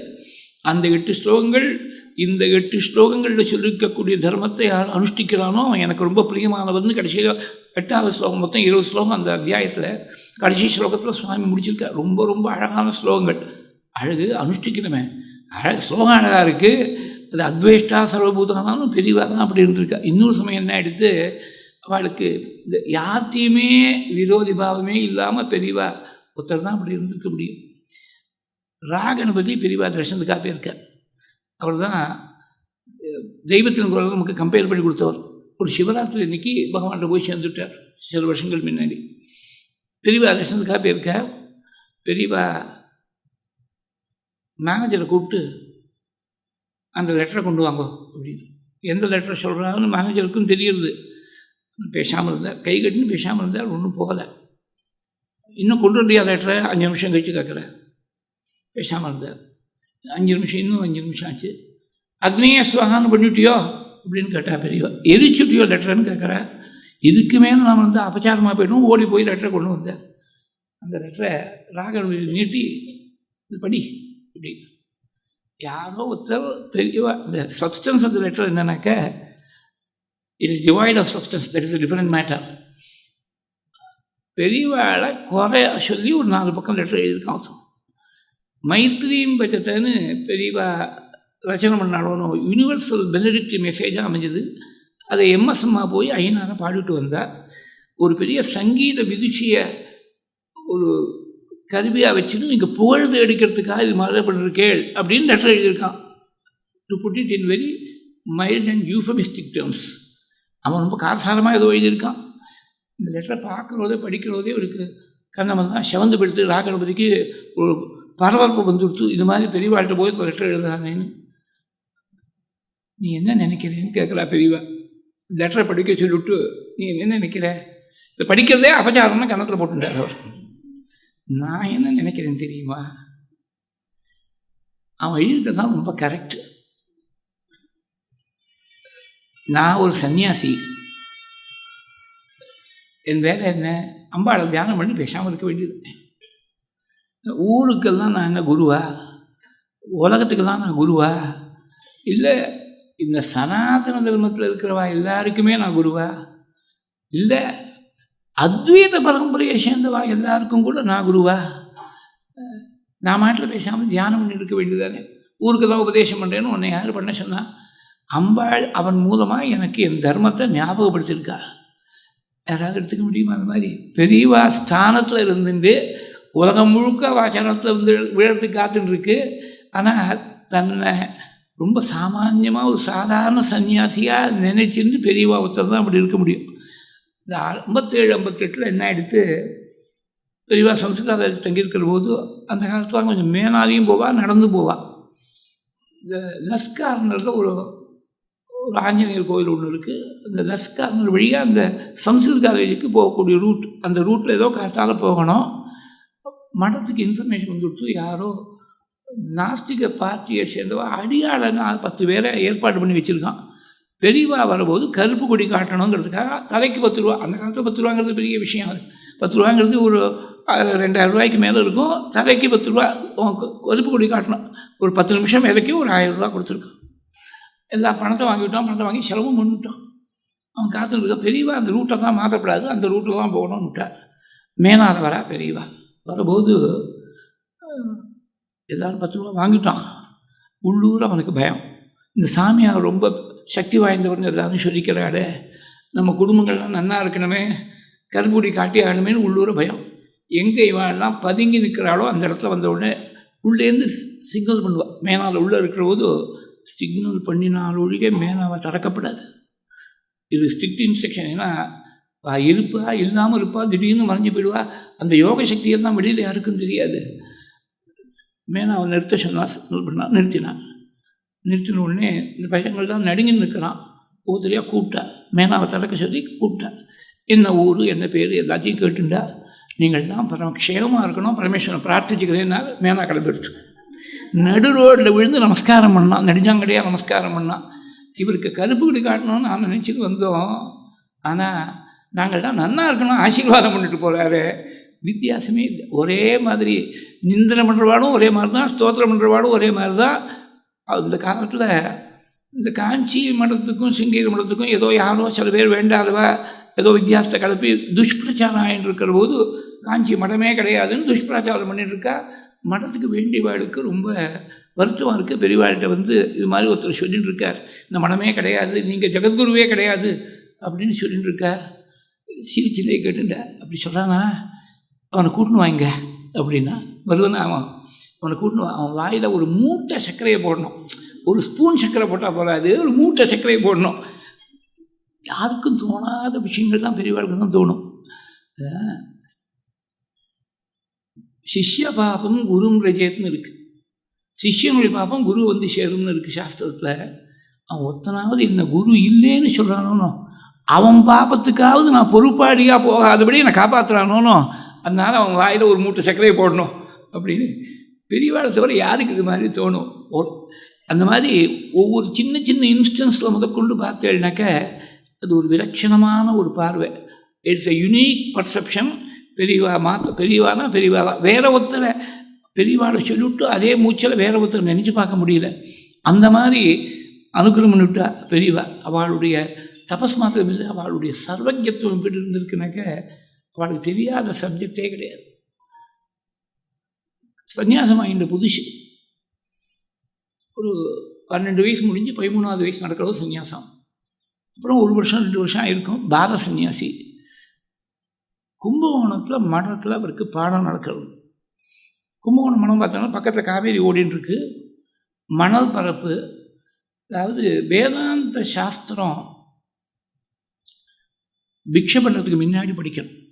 வெறும் வயதில் தான் படிக்கணும் வேதாந்த சாஸ்திரம். நேத்தி கூட பெரியவாழ்கிட்ட பேசிட்டு போது சம்ஸ்கிருத காலேஜில் அப்படி தான் ஒரு 30 வருஷம் முன்னாடி அப்படி தான் இருந்தது. வேதாந்த சிரோமணி படிக்கக்கூடிய வாழ்க்கெல்லாம் காலத்தால் 7:30 மணிக்கு ஆரம்பிப்பா. 10 மணி 10:30 மணி மட்டும் கிளாஸ் நடந்தால் அப்புறம் மதியானம் மணி 11 மணிக்கு சாப்பாடு போட்டுடுவான். இது வேறு கான்ட்ராக்ட் ஏதோ கிராண்ட், கவர்மெண்ட் கிராண்ட் வாங்குறத பற்றி யாரோ பேசியிருந்தா நேற்றுக்கு. அப்போ நான் இந்த விஷயத்தை சொன்னேன் பெரியவாழ்கிட்ட. கிராண்ட் வாங்கினோம்னா கிராண்ட்லேருந்து வெளியில் வரணும்னு நினைக்கிறா பெரியவா சொன்னான். பால பெரியவா சொன்னான். ஏன்னா கிராண்ட் வாங்கிவிட்டால் இந்த நியமத்துக்கு கட்டுப்பட்டு நடத்த முடியாது, சாஸ்திரியமாக நடத்துறது கஷ்டம். அவன் சொன்னான் அந்த 10லேருந்து 5 தான் கிளாஸ் வச்சாகணும், சாப்பிடுவான். வேடிக்கையாக சொன்னான். இப்போ ஆரம்பமே டிஃபனில் தான் ஆரம்பிக்கிறது சாஸ்திரம் அப்படின்னு வேடிக்கையாக சொன்னேன். இந்த டிஃபன் தான் அப்புறமா சாஸ்திரம் படிச்சுட்டு அப்புறமா நான் சாப்பிட்டோம், முன்னாடி சாப்பிடக்கூடாது. எனக்கு ஒரு பொறுப்பு கொடுத்தா, நீங்கள் சயின்ஸ் காலேஜில் அவளை பார்த்து மறுபடியும் அதை ரீஸ்டார்ட் பண்ண சொல்லுங்கன்னு எனக்கு ஒரு பொறுப்பு கொடுத்துருக்கா. இன்னும் பேசணும், அவள்கிட்ட போய் பேசணும், சயின்ஸ் காலேஜில் நடத்துகிற அவள்கிட்ட போய் பேசணும். பெரியவா இந்த வேதாந்த சாஸ்திரம் காலத்தால் பாடம் நடக்கும். சாமானிய சாஸ்திரம்னு வியாக்கரணம் தர்க்கம் எல்லாம் பிக்ஷைக்கு அப்புறம் கூட நடத்தலாம். பைங்காநாடு கணபதி சாஸ்திரிகள்னு ஒரு பெரிய மகாவித்வான் இருந்தார், அத்வைதபா பண்டிதர். பெரியவாளுக்கு பாடம் சொல்லிக் கொடுக்கக்கூடியவர்னா அவருடைய யோகியதை எப்படி இருக்கும்னு நினச்சி பாருங்க. மத்தியானம் 3 மணி 4 மணி இருக்கும், பூஜையெல்லாம் எடுத்து பிக்ஷையாக எடுத்து பாடம் நடந்துருக்கு. பெரியவாளுக்கு 16-15 வயசுக்குள்ளே இருக்கும். டீனேஜ்னு சொல்கிறோமோ நம்ம குழந்தைகளை டீனேஜ்னு சொல்கிறோம். அந்த காவேரி மணல் பரப்பில் மணலில் ஏதோ கை அடைஞ்சுன்னு இருக்கா. இவருக்கு கோவம் வந்து சாஸ்திரத்துக்கு. சாதாரண சிஷியனாக இருந்தால் காதை பிடிச்சி திருக்கியிருப்பார், இல்லை தலையில் குட்டிருப்பார். ரெண்டும் பண்ண முடியல. அவர் ஜெகத்குருவாக போயிட்டார். அதனால் என்ன பண்ணார், மேல் வேஷ்டி எடுத்து இடுப்பில் கட்டினார், நமஸ்காரம் பண்ணார். நான் ஊருக்கு போய்ட்டு வரணும், உத்தரவு கொடுக்கணும்னு கேட்டார். வித்தைங்கிறது ஜலத்தை போல் மேல் மட்டத்துலேருந்து கீழ் மட்டத்துக்கு தான் வரும், கீழேருந்து மேலே போகாது.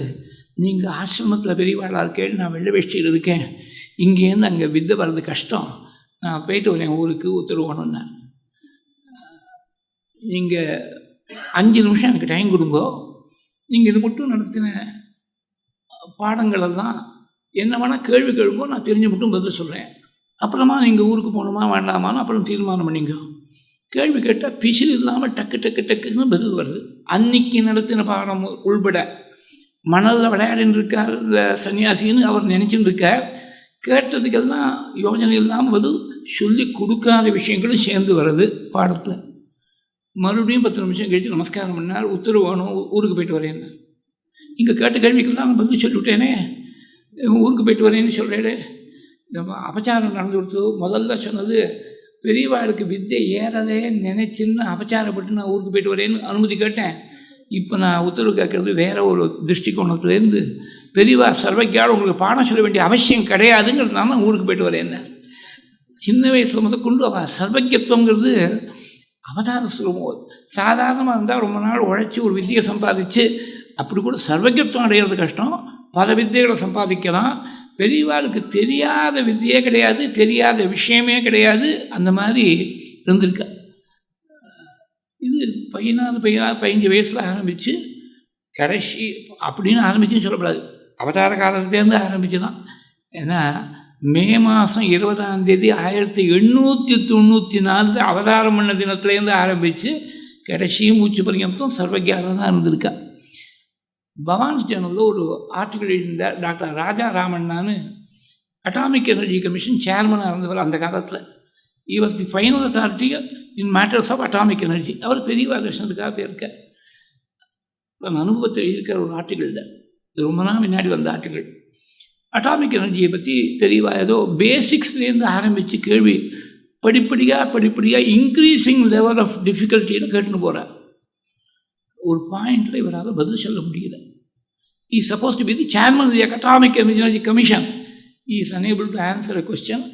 சன்னியாசியாக உட்கார்ந்து இருக்கார். இவர் அட்டாமிக் எனர்ஜியை பற்றி கேட்குறா பெரியவா, இவருக்கு பதில் சொல்ல முடியல.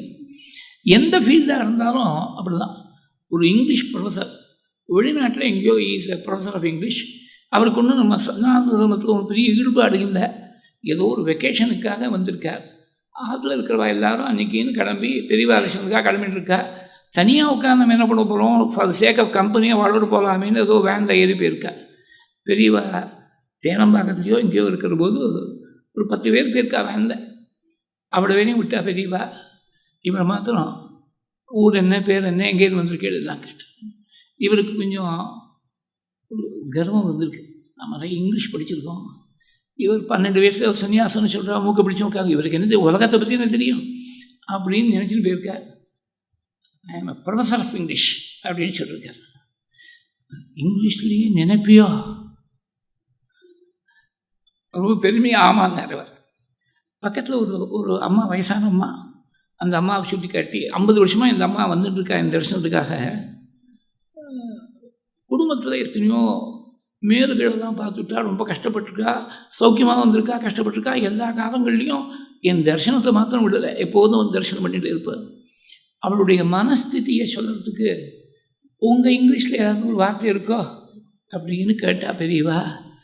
இவர் என்னமோ 2-3 வார்த்தை சஜஸ்ட் பண்ணால் சரியா இல்லை, அப்ராப்ரியேட்டாக இல்லை. பெரியவா சொல்கிறேன், எனக்கு ஒரு வார்த்தை தோணுறது, இவள் எப்போதும் ஒரே மாதிரி இருக்கா என்கிட்ட, அவள் பக்தி ஒன்றும் மாறலை, ஈக்விபாய்ஸ்ன்னு சொல்லலாமோ அப்படின்னு பெரியவா கேட்டார். ஆடி போயிட்டார். Those who came to scoff remain to pray, அவ்வளோதான்.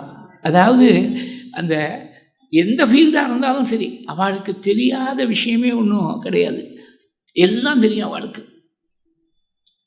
சமீபத்தில் ஒரு ஊருக்கு உபன்யாசத்துக்கு போயிருக்கிற போது என்ன உபன்யாச வென்யூக்கு அழைச்சின்னு போகிறதுக்காக வந்திருக்கார் ஒருத்தர். அந்த ஏற்பாடு பண்ணவர், உபன்யாசம் இன்றைக்கி 10 நிமிஷம் லேட்டானா பரவாயில்ல, உங்கள்கிட்ட ஒரு விஷயம் ஷேர் பண்ணி ஆகணும், அப்புறம் தான் காரில் கூட்டின்னு போகிறேன்னு இந்த 10 நிமிஷம் சொல்லிவிட்டு தான் அழைச்சின்னு போனார். இப்போ அவர் பெரிய reading auditor. For obvious reasons I will not quote his name or even the place.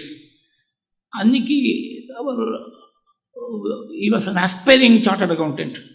1981 என்னமோ சட்டாராக பெரியவாக இருக்கிற போது இவரும் இன்னொரு டாக்டர் ஃப்ரெண்ட், சம்வாட் ஓல்டு, இவர் வந்து ஒரு 21 வயசு இருக்கும். அந்த டாக்டர் எல்லாமே அண்டர் 30 தான்.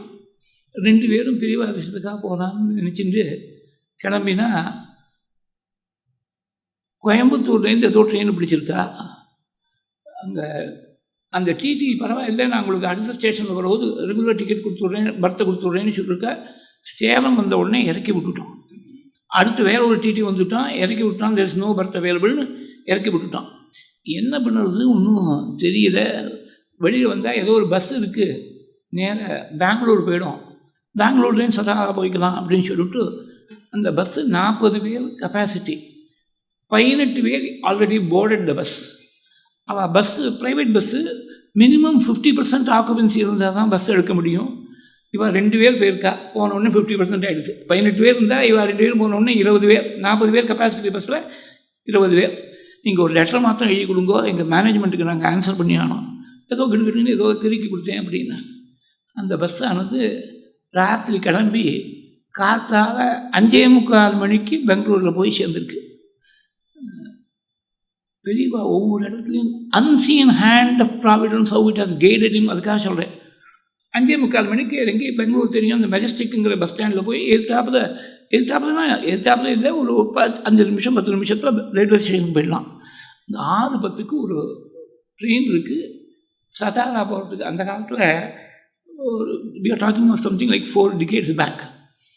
பெங்களூர்லேருந்து டேரெக்டாக போகாது, மீரஜில் இறங்கி பாம்பே போனோம். அந்த மாதிரி நானே அந்த மாதிரி மாறி போயிருக்கேன். அந்த ஒரே ஒரு ட்ரெயின் இருக்குது சதாரா போகிறதுக்கு. அங்கே 6:10க்கு ட்ரெயின், 2 டிக்கெட் ஃபஸ்ட் கிளாஸில் அவைலபிளாக இருக்குது. இவள் 2 பேருக்கு சுருதி வச்சாப்புல 2 பேருக்கு. இப்போ பாவம் ராத்திரி தான் பஸ்ஸில் ஏதோ சவுண்ட் வந்துக்கா வந்து ட்ரெயினில் ஏறி படுத்துன்னு விட்டா. ராத்திரி 12 மணிக்கு சதாராவில் போய் இறங்கியிருக்கு இந்த ட்ரெயின். வெளியில் வந்தால் அந்த இது சதாராக்கு பக்கம் மீரஜ் தான் நினைக்கிறேன். மீரஜில் போய் இறங்கியிருக்கு இந்த ட்ரெயின். நின்று இருக்குது. மீரஜ் சின்ன ஸ்டேஷன், நீங்கள் பெங்களூர் சென்னையெல்லாம் கம்பேர் பண்ண முடியாது. Miraj small station. Station master தான் இருப்பில், வேறு ஒருத்தரும் இல்லை. ராத்திரி 12 மணிக்கு ஒருத்தரும் இல்லை. இவாளுக்கு பாஷையும் தெரியாது, அங்கே மராட்டி, இவாளுக்கு பாஷை தெரியாது. அவர் ஏதோ அந்த ஸ்டேஷன் மாஸ்டர் கூப்பிட்டு சதாரா போகணுமா, ஒரே ஒரு பஸ்ஸு காத்துன்னு இருக்குது, ராத்திரி 12 மணிக்கு ஏறிங்கோன்ட்டு நேரம் சதாராவில் கொண்டு போய் விட்டுவிட்டார். அங்கே ஏதோ ஒரு ஹோட்டலில், நட்ராஜ் ஹோட்டலில் ஏதோ சொன்னார். அந்த ஹோட்டலில் ஒரு ரூம் போய் 5 நாள் தங்கியிருக்காங்க. பெரியவா அங்கே ஹோட்டலில் போய் ஸ்நானம் பண்ணி அதை பண்ணிவிட்டு பெரியவாழ்கிட்ட போயிருக்கா. போன உடனே பெரியவா இவர் போய் நமஸ்காரம் பண்ணிருக்கார். கமரர்தான்னு கேட்டாலாம் பெரியவா. ஒன்றும் புரியல. ஒரு பாபு ஏதோ பண்ணிட்டு உப்மா பண்ணியிருக்கார் போட்டு கமரர்தான்னு கேட்டிருக்கா. உப்மானா தூக்கிடுவீங்க, உனக்கு இதுதான் ஆகாரம் இன்னைக்கு. அவருக்கு சின்ன வயசில் காலேஜ் படிக்கிறபோது ஏதோ உப்மா பிடிக்காது போட்டிருக்கு, அம்மா பண்ணுறதோ தூக்கி எறிஞ்சிருக்கார். அது எங்கள் ஆற்றுல எங்கள் அம்மாட்ட நான் தூக்கி எறிஞ்சு இங்கே உட்காந்து சொல்கிறா பெரியவா சதாரால. அப்புறம் 4 நாளைக்கு தினம் உப்மா தான். நான் என்ன பண்ணுவேன், ஒன்றும் பண்ண முடியாது, சரணாகதின்னு விட்டார். என்கிட்ட டைரெக்டாக சொன்னார். கொஞ்ச நாள் முன்னாடி பேசிட்டு சொன்னேன். அப்புறம் இந்த மாதிரி அந்த டாக்டர் ஃப்ரெண்ட் ஒருத்தர், அவர் வந்து ஜெனரல் ஃபிசிஷியன், ஒரு கண் ஹாஸ்பிட்டலில் ஓப்பன் பண்ணணும்னு நினச்சிட்டு பெரியவாழ்கிட்ட அனுப்புறதுக்காக போயிருக்கார். நீ சார்ட்டர் பண்ணிட்டு போகிறியோ அப்படி ஏதோ கேட்டிருக்கா. அப்புறம் இந்த டாக்டர் ஃப்ரெண்ட் இந்த மாதிரி ஐ ஹாஸ்பிட்டல் ஓப்பன் பண்ணணும், உனக்கு கண்ணை பற்றி என்ன தெரியும்னு கேட்டாலாம் பெரியவா. இவர் ஒன்று இஸ் நாட் ஸ்பெஷலைஸ்ட் இன் ஆப்தால்மாலஜி. பெரியவா ஒரு 1/2 மணி நேரம் லெக்சர் எடுத்தாங்கிறார் கண்ணில் இருக்கிற பார்ட்ஸை பற்றி. அது என்னென்ன ஃபங்க்ஷன் பண்ணுறது, என்னென்ன ப்ராப்ளம் வரும் அந்த கண்ணில், என்னென்ன ட்ரீட்மெண்ட் கொடுக்கணும். ஒரு 1/2 hour கிளாஸ் எடுத்துருக்கா பெரியவா. இதை பற்றி உனக்கு என்ன தெரியும்னா எனக்கு தெரியுதுங்கிற பாவம். நீ எப்படி ஐ ஹாஸ்பிட்டல் நடத்த போகிறேன்னு கேட்டாலாம். இல்லை வேறு ஸ்பெஷலிஸ்டாக ஐ ஸ்பெஷலிஸ்ட்டாக தான் இருக்கா, நான் அட்மினிஸ்ட்ரேஷன் தான் நான் பார்த்துக்க போகிறேன். அப்புறம் யாரை போட்டு யாரோ பேரை சொல்லிருக்கார், சீனியர் டாக்டர். சரி நல்லபடியாக நடத்து ஆசீர்வாதம் பண்ணிவிட்டு அங்கே ராத்திரியாச்சு ஒரு 2-3 நாள் தங்கியிருக்கா. அப்புறம் இருக்கு 5 நாள் மொத்தம் தங்கியிருக்கா. ஒரு நாள் ராத்திரி போனால் ஒரே போலீஸ் கண்டிஞ்சன்ட். ராத்திரி 12 மணிக்கு 10 பேர் திமின்னு வந்துவிட்டா. அந்த போலீஸ் ஸ்குவாடுக்கு லீடர் ஒருத்தர், ஒரு டிஎஸ்பி ஆஃப் போலீஸோ யாரோ ஒருத்தர், அவர்கிட்ட இவர் படித்தாரோ இல்லை இவர்கிட்ட அவர் படித்தாரோ தெரியல. மொத்தம் ஸ்டூடெண்ட் டீச்சர் ரிலேஷன்ஷிப் இருக்குது. ஏதோ எக்கனாமிக்ஸோ காமர்ஸோ ஏதோ படிச்சிருக்கா. இங்கேங்க சார் வந்து இந்த விஐபி விசிட் நாங்கள் செக்யூரிட்டி டீட்டெயில் வந்திருக்கோம். அந்த மெசடோனியன் பிரின்சஸ் வந்திருக்கா, கிரீஸ்லேருந்து மெசடோனியன் பிரின்சஸ் வந்திருக்கா பெரியவா தர்ஷனத்துக்காக. ராத்திரி 12 மணிக்கு பெரியவா பேசுகிறா. அவள்கிட்ட இங்கிலீஷில் பேசினா வாழ்க்கை எல்லாருக்கும் தெரியும், இங்கிலீஷ் இல்லை. ஹிந்தியிலையோ மராட்டியிலோ பேசினா லோக்கலாக இருக்கிற வாழ்க்கை தெரியும், ஹிந்தி இல்லை மராட்டி இல்லை. மெசடோனியன் பேசியிருக்கா. அந்த மெசடோனியன் பிரின்சஸ்கிட்ட மெசடோனியன் லாங்குவேஜில் பேசியிருக்கா பெரியவா. இது பெரியவாளுக்கு தெரியாத விஷயமே சப்ஜெக்டே கிடையாது. ஒரு மகாராஷ்டிரத்தில் ராஜ பரம்பரையை சேர்ந்தவர், அந்த யுவராஜாவாக இருந்தவர் ஆஸ் எ யங் மேன் அமெரிக்காவில் போய் அட்டாமிக் ஃபிசிக்ஸில் ஸ்பெஷலைஸ் பண்ணிவிட்டு திரும்பி வந்திருக்கேன். அப்பா அம்மா போராளிங்கிறதுனால அப்பா அம்மாவோட சேர்ந்து இவர் forced to accompany his parents. பெரியவா தர்ஷனத்துக்காக போயிருக்கா. அன்றைக்கி பௌர்ணமி அன்றைக்கி மௌனமாக இருந்திருக்கா பெரியவா. இவரை பார்த்த உடனே ஜாரை காட்டிருக்கா. இந்த அணுக்கு தொண்டர்கள் தான் டிரான்ஸ்லேட் பண்ணி சொல்லணும். அவளுக்கு இவ என்ன நினைக்கிறான்னு என்னமா தெரியும். இவ நினைக்கிறத அவள் புரிஞ்சிக்க முடியும், அனுகிரகம் இருக்கா பெரியவா. அவ்வளோதான். என்ன படிச்சுட்டு வந்திருக்கான்னு கேட்டால் அட்டாமிக் ஃபிசிக்ஸ். அவருக்கு ரொம்ப ஒரு பெருமையோடு சொன்னாராம். பெரியவா 2 வட்டம் கையால் மண்ணில் 2 வட்டம் போட்டு, ஒன்று ப்ளஸ் மார்க்கு ஒன்று மைனஸ் மார்க் போட்டு கேட்குறா. அதாவது ப்ளஸ்னால் 2 ஆட்டம்ஸை ஃபியூஸ் பண்ணுறது, 2 ஆட்டம் சேர்த்து விடுறது. அட்டாமிக் ஃபியூஷனா அட்டாமிக் ஃபிஷனான்னு கேட்டிருக்கா. ஒரு ஆட்டமை ஸ்ப்ளிட் பண்ணுறது ஃபிஷன், ஒரு 2 ஆட்டம்ஸை சேர்த்து வைக்கிறது ஃபியூஷன். எதில் ஸ்பெஷலைஸ் பண்ணிருக்கான்னு கேள்வி அப்படின்னு ஆடி போயிட்டா. நாம் எதுவும் அட்டாமிக் ஃபிசிக்ஸ் அமெரிக்காவில் படிச்சுட்டு வந்திருக்கோம். இங்கே உட்காந்து ராத்திரி 11 மணிக்கு இந்த சன்னியாசி அட்டாமிக் ஃபியூஷனை பற்றி பேசுகிறா. அன்னிலேருந்து he became a total convert. பெரியவாள்கிட்ட ரொம்ப அத்தியந்த பக்தி. லாஸ்ட் 15 years பெரியவாளுடைய மனுஷலோக யாத்திரையில் கடைசி 15 வருஷம் அவள்கிட்ட ரொம்ப ஈடுபாடோடு கூட அவர் he was a photography buff. ஒரு பெரியவாளுடைய படம் ரொம்ப பேர் நாம் பார்த்துருப்போம். நதிக்கு நடுவில் ஒரு பெரிய கல் மேலே உட்காந்துட்டு கையை இப்படி வச்சுட்டு உட்காந்துட்டு இருப்பாள். அந்த படம் ரொம்ப பேர் பார்த்துருப்பேன். அது அவர் எடுத்த கோர்படேன்னு பேர். அவருக்கு கோர்படேன்னு பேர். சாந்தூர் மகாராஜா பரம்பரை. கோர்படேங்கிறது சர்நேம், ஃபேமிலி சர்நேம். அவர் எடுத்த ஃபோட்டோ தான் அது. he was a photography buff. அவர் என்ன பண்ணிருக்க, தன்னுடைய பெரியவாழ்கிட்ட தனக்கு ஏற்பட்ட தரிசன அனுபவங்கள் எல்லாத்தையும் ஒரு டைரி ஃபார்மேட்டில் ரெக்கார்ட் பண்ணி புஸ்தகமாக போட்டிருக்கேன். நான் ரொம்ப நாள் முன்னாடி அந்த புஸ்தகத்தை பார்த்துருந்தேன். அப்புறம் நடுவில் பல வருஷங்கள் முன்னாடி ஒரு ஆற்றுல தங்கியிருக்கிற போது ஆற்றுல அந்த புஸ்தகம் வந்து அந்த புஸ்தகம் மறுபடியும் ஒரு ரீரீடிங் பண்ண முடியாது இருந்தது. அதில் ஒரு ஃபோட்டோ போட்டிருக்கா. ஆஸ் ஐ செட், அந்த காலத்து ஃபோட்டோஸ் எல்லாம் they don't lie. There is no question of mix and match எல்லாம் ஒன்றும் கட் அண்ட் பேஸ்ட் எல்லாம் ஒன்றும் பண்ண முடியாது அந்த காலத்தில். அந்த காலத்தில் வைஸ் பிரசிடென்ட் ஆஃப் இந்தியாவாக இருந்த பிடி ஜெட்டி பெரியவா தரிசனத்துக்காக வந்திருக்கார். பெரியவா தரிசனம் வந்தால் அவருடைய பிஏ யாரோ கூட வந்திருக்கா. வைஸ் பிரசிடென்ட் ஆஃப் இந்தியா வரான்னு சொல்லி பெரிய 5 star ஹோட்டலில் நல்லா கிடையாது. மரத்தடியில் உட்காந்துருக்கா பெரியவா, வெட்ட வெளியில். அந்த மரத்தடியில் பெரியவாளுக்கு நேரம் இவர் கை கட்டி நிற்கிறார். வைஸ் பிரசிடென்ட் ஆஃப் இந்தியா காத்துன்னு இருக்கார்.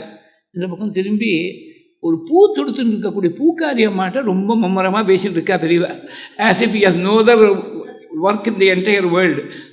அதாவது பூக்காரி அம்மாவாக இருந்தாலும் அது வந்து பிலோ பாவர்ட்டி லைனாக இருக்கும். ஒரு நாளைக்கு ஏதாவது 5 ரூபா 10 ரூபா ஏதாவது சம்பாதிக்கிற கேஸாக இருக்கும். வைஸ் பிரசிடென்ட் ஆஃப் இந்தியா இந்த பக்கம் பூக்காரி அம்மா. Vice president is kept waiting பூக்காரி மாட்ட பேசின்னு இருக்கா. பெரியவாளுக்கு ஸ்வே மகிம்னிஷ்டிதஸ்யச்சான்னு சொல்லி ஆத்மஸ்வரூபத்தில் ரமிக்கக்கூடியவர்களுக்கு பிரசிடெண்ட்டாக இருந்தால் என்ன, ஒரு பரம ஏழையாக இருந்தால் என்ன, எல்லாரும் ஒன்று தான். அவளுக்கு ஒன்றும் வித்தியாசம் கிடையாது.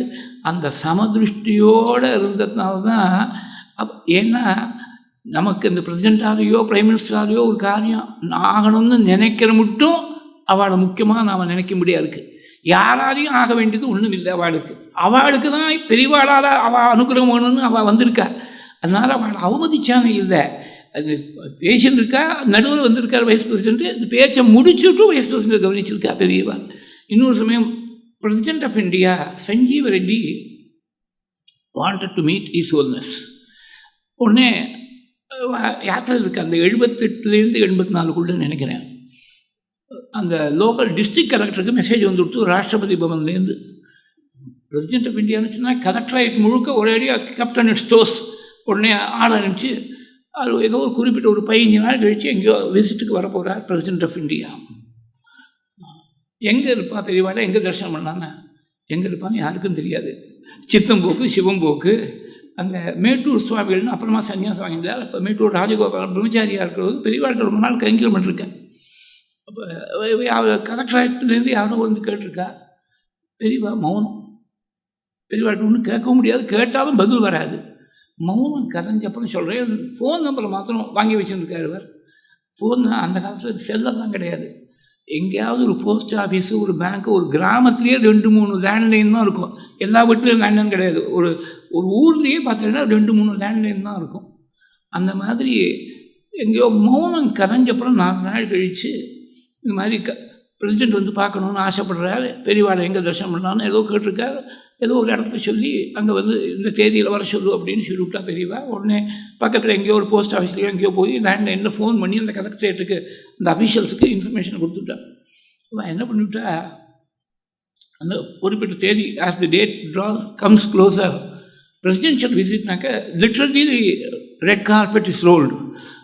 நிறைய ரூபாய் தான் செலவழித்து பெரிய சாமியானெலாம் போட்டு பெரிய பிரசிடெண்ட் வர பெரியவாளுக்காக இல்லை, பிரசிடெண்ட்டுக்காக கலெக்டரேட்டோனும் பிரசிடெண்ட்டுக்காக சாமியானெலாம் போட்டு மீட்டிங் ப்ளேஸ் அதுக்கு ஃபர்னிச்சர் எல்லாம் ஏற்பாடு பண்ணி கேம்ப் ஏற்பாடு பண்ணிட்டார்.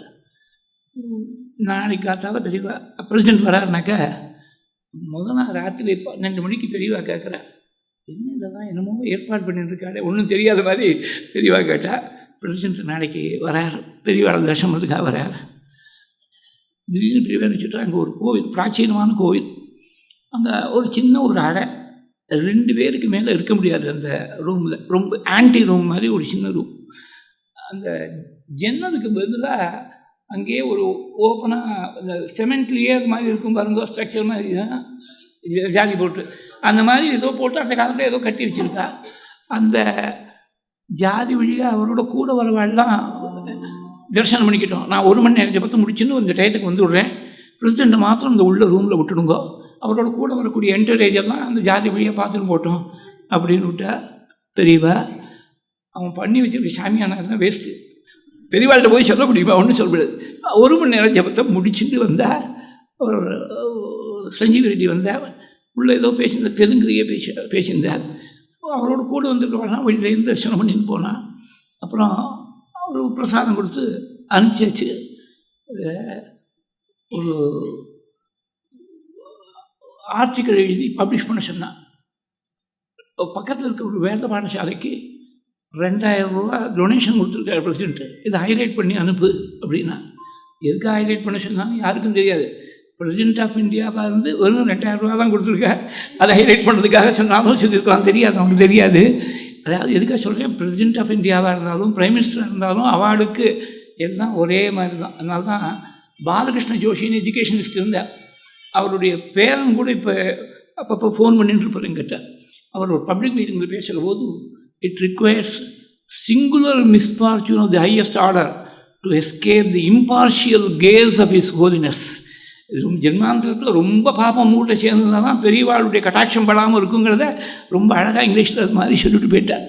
இந்த மாதிரி பெரியவாளுடைய மல்டி ஃபேசட்டடாக இருக்கக்கூடிய ஒரு பர்சனாலிட்டியை வேறு எங்கேயும் நம்ம பார்க்கவே முடியாது.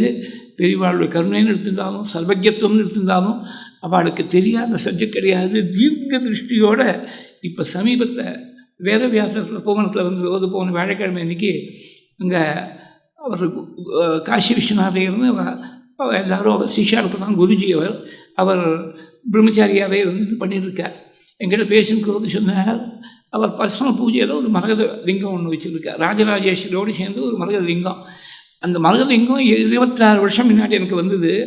அங்கே போய்க்கிறோது ரொம்ப வருஷம் முன்னாடி பெரியவா சொல்லிருக்கலாம், இந்த தேதியில் இந்த நட்சத்திரத்தில் இந்த டயத்துக்கு ஒருத்தர் வருவர், அவர்கிட்ட கொடுத்துருவோம் இந்த மரகத லிங்கத்தைன்னு சொல்லி எத்தனையோ வருஷங்களுக்கு முன்னாடி பெரியவா ப்ரெடிக்ட் பண்ணி அவர் போகிறது கரெக்டாக அந்த அனுஷம் அந்த நாள் அந்த டயத்துக்கு போயிருக்கார்.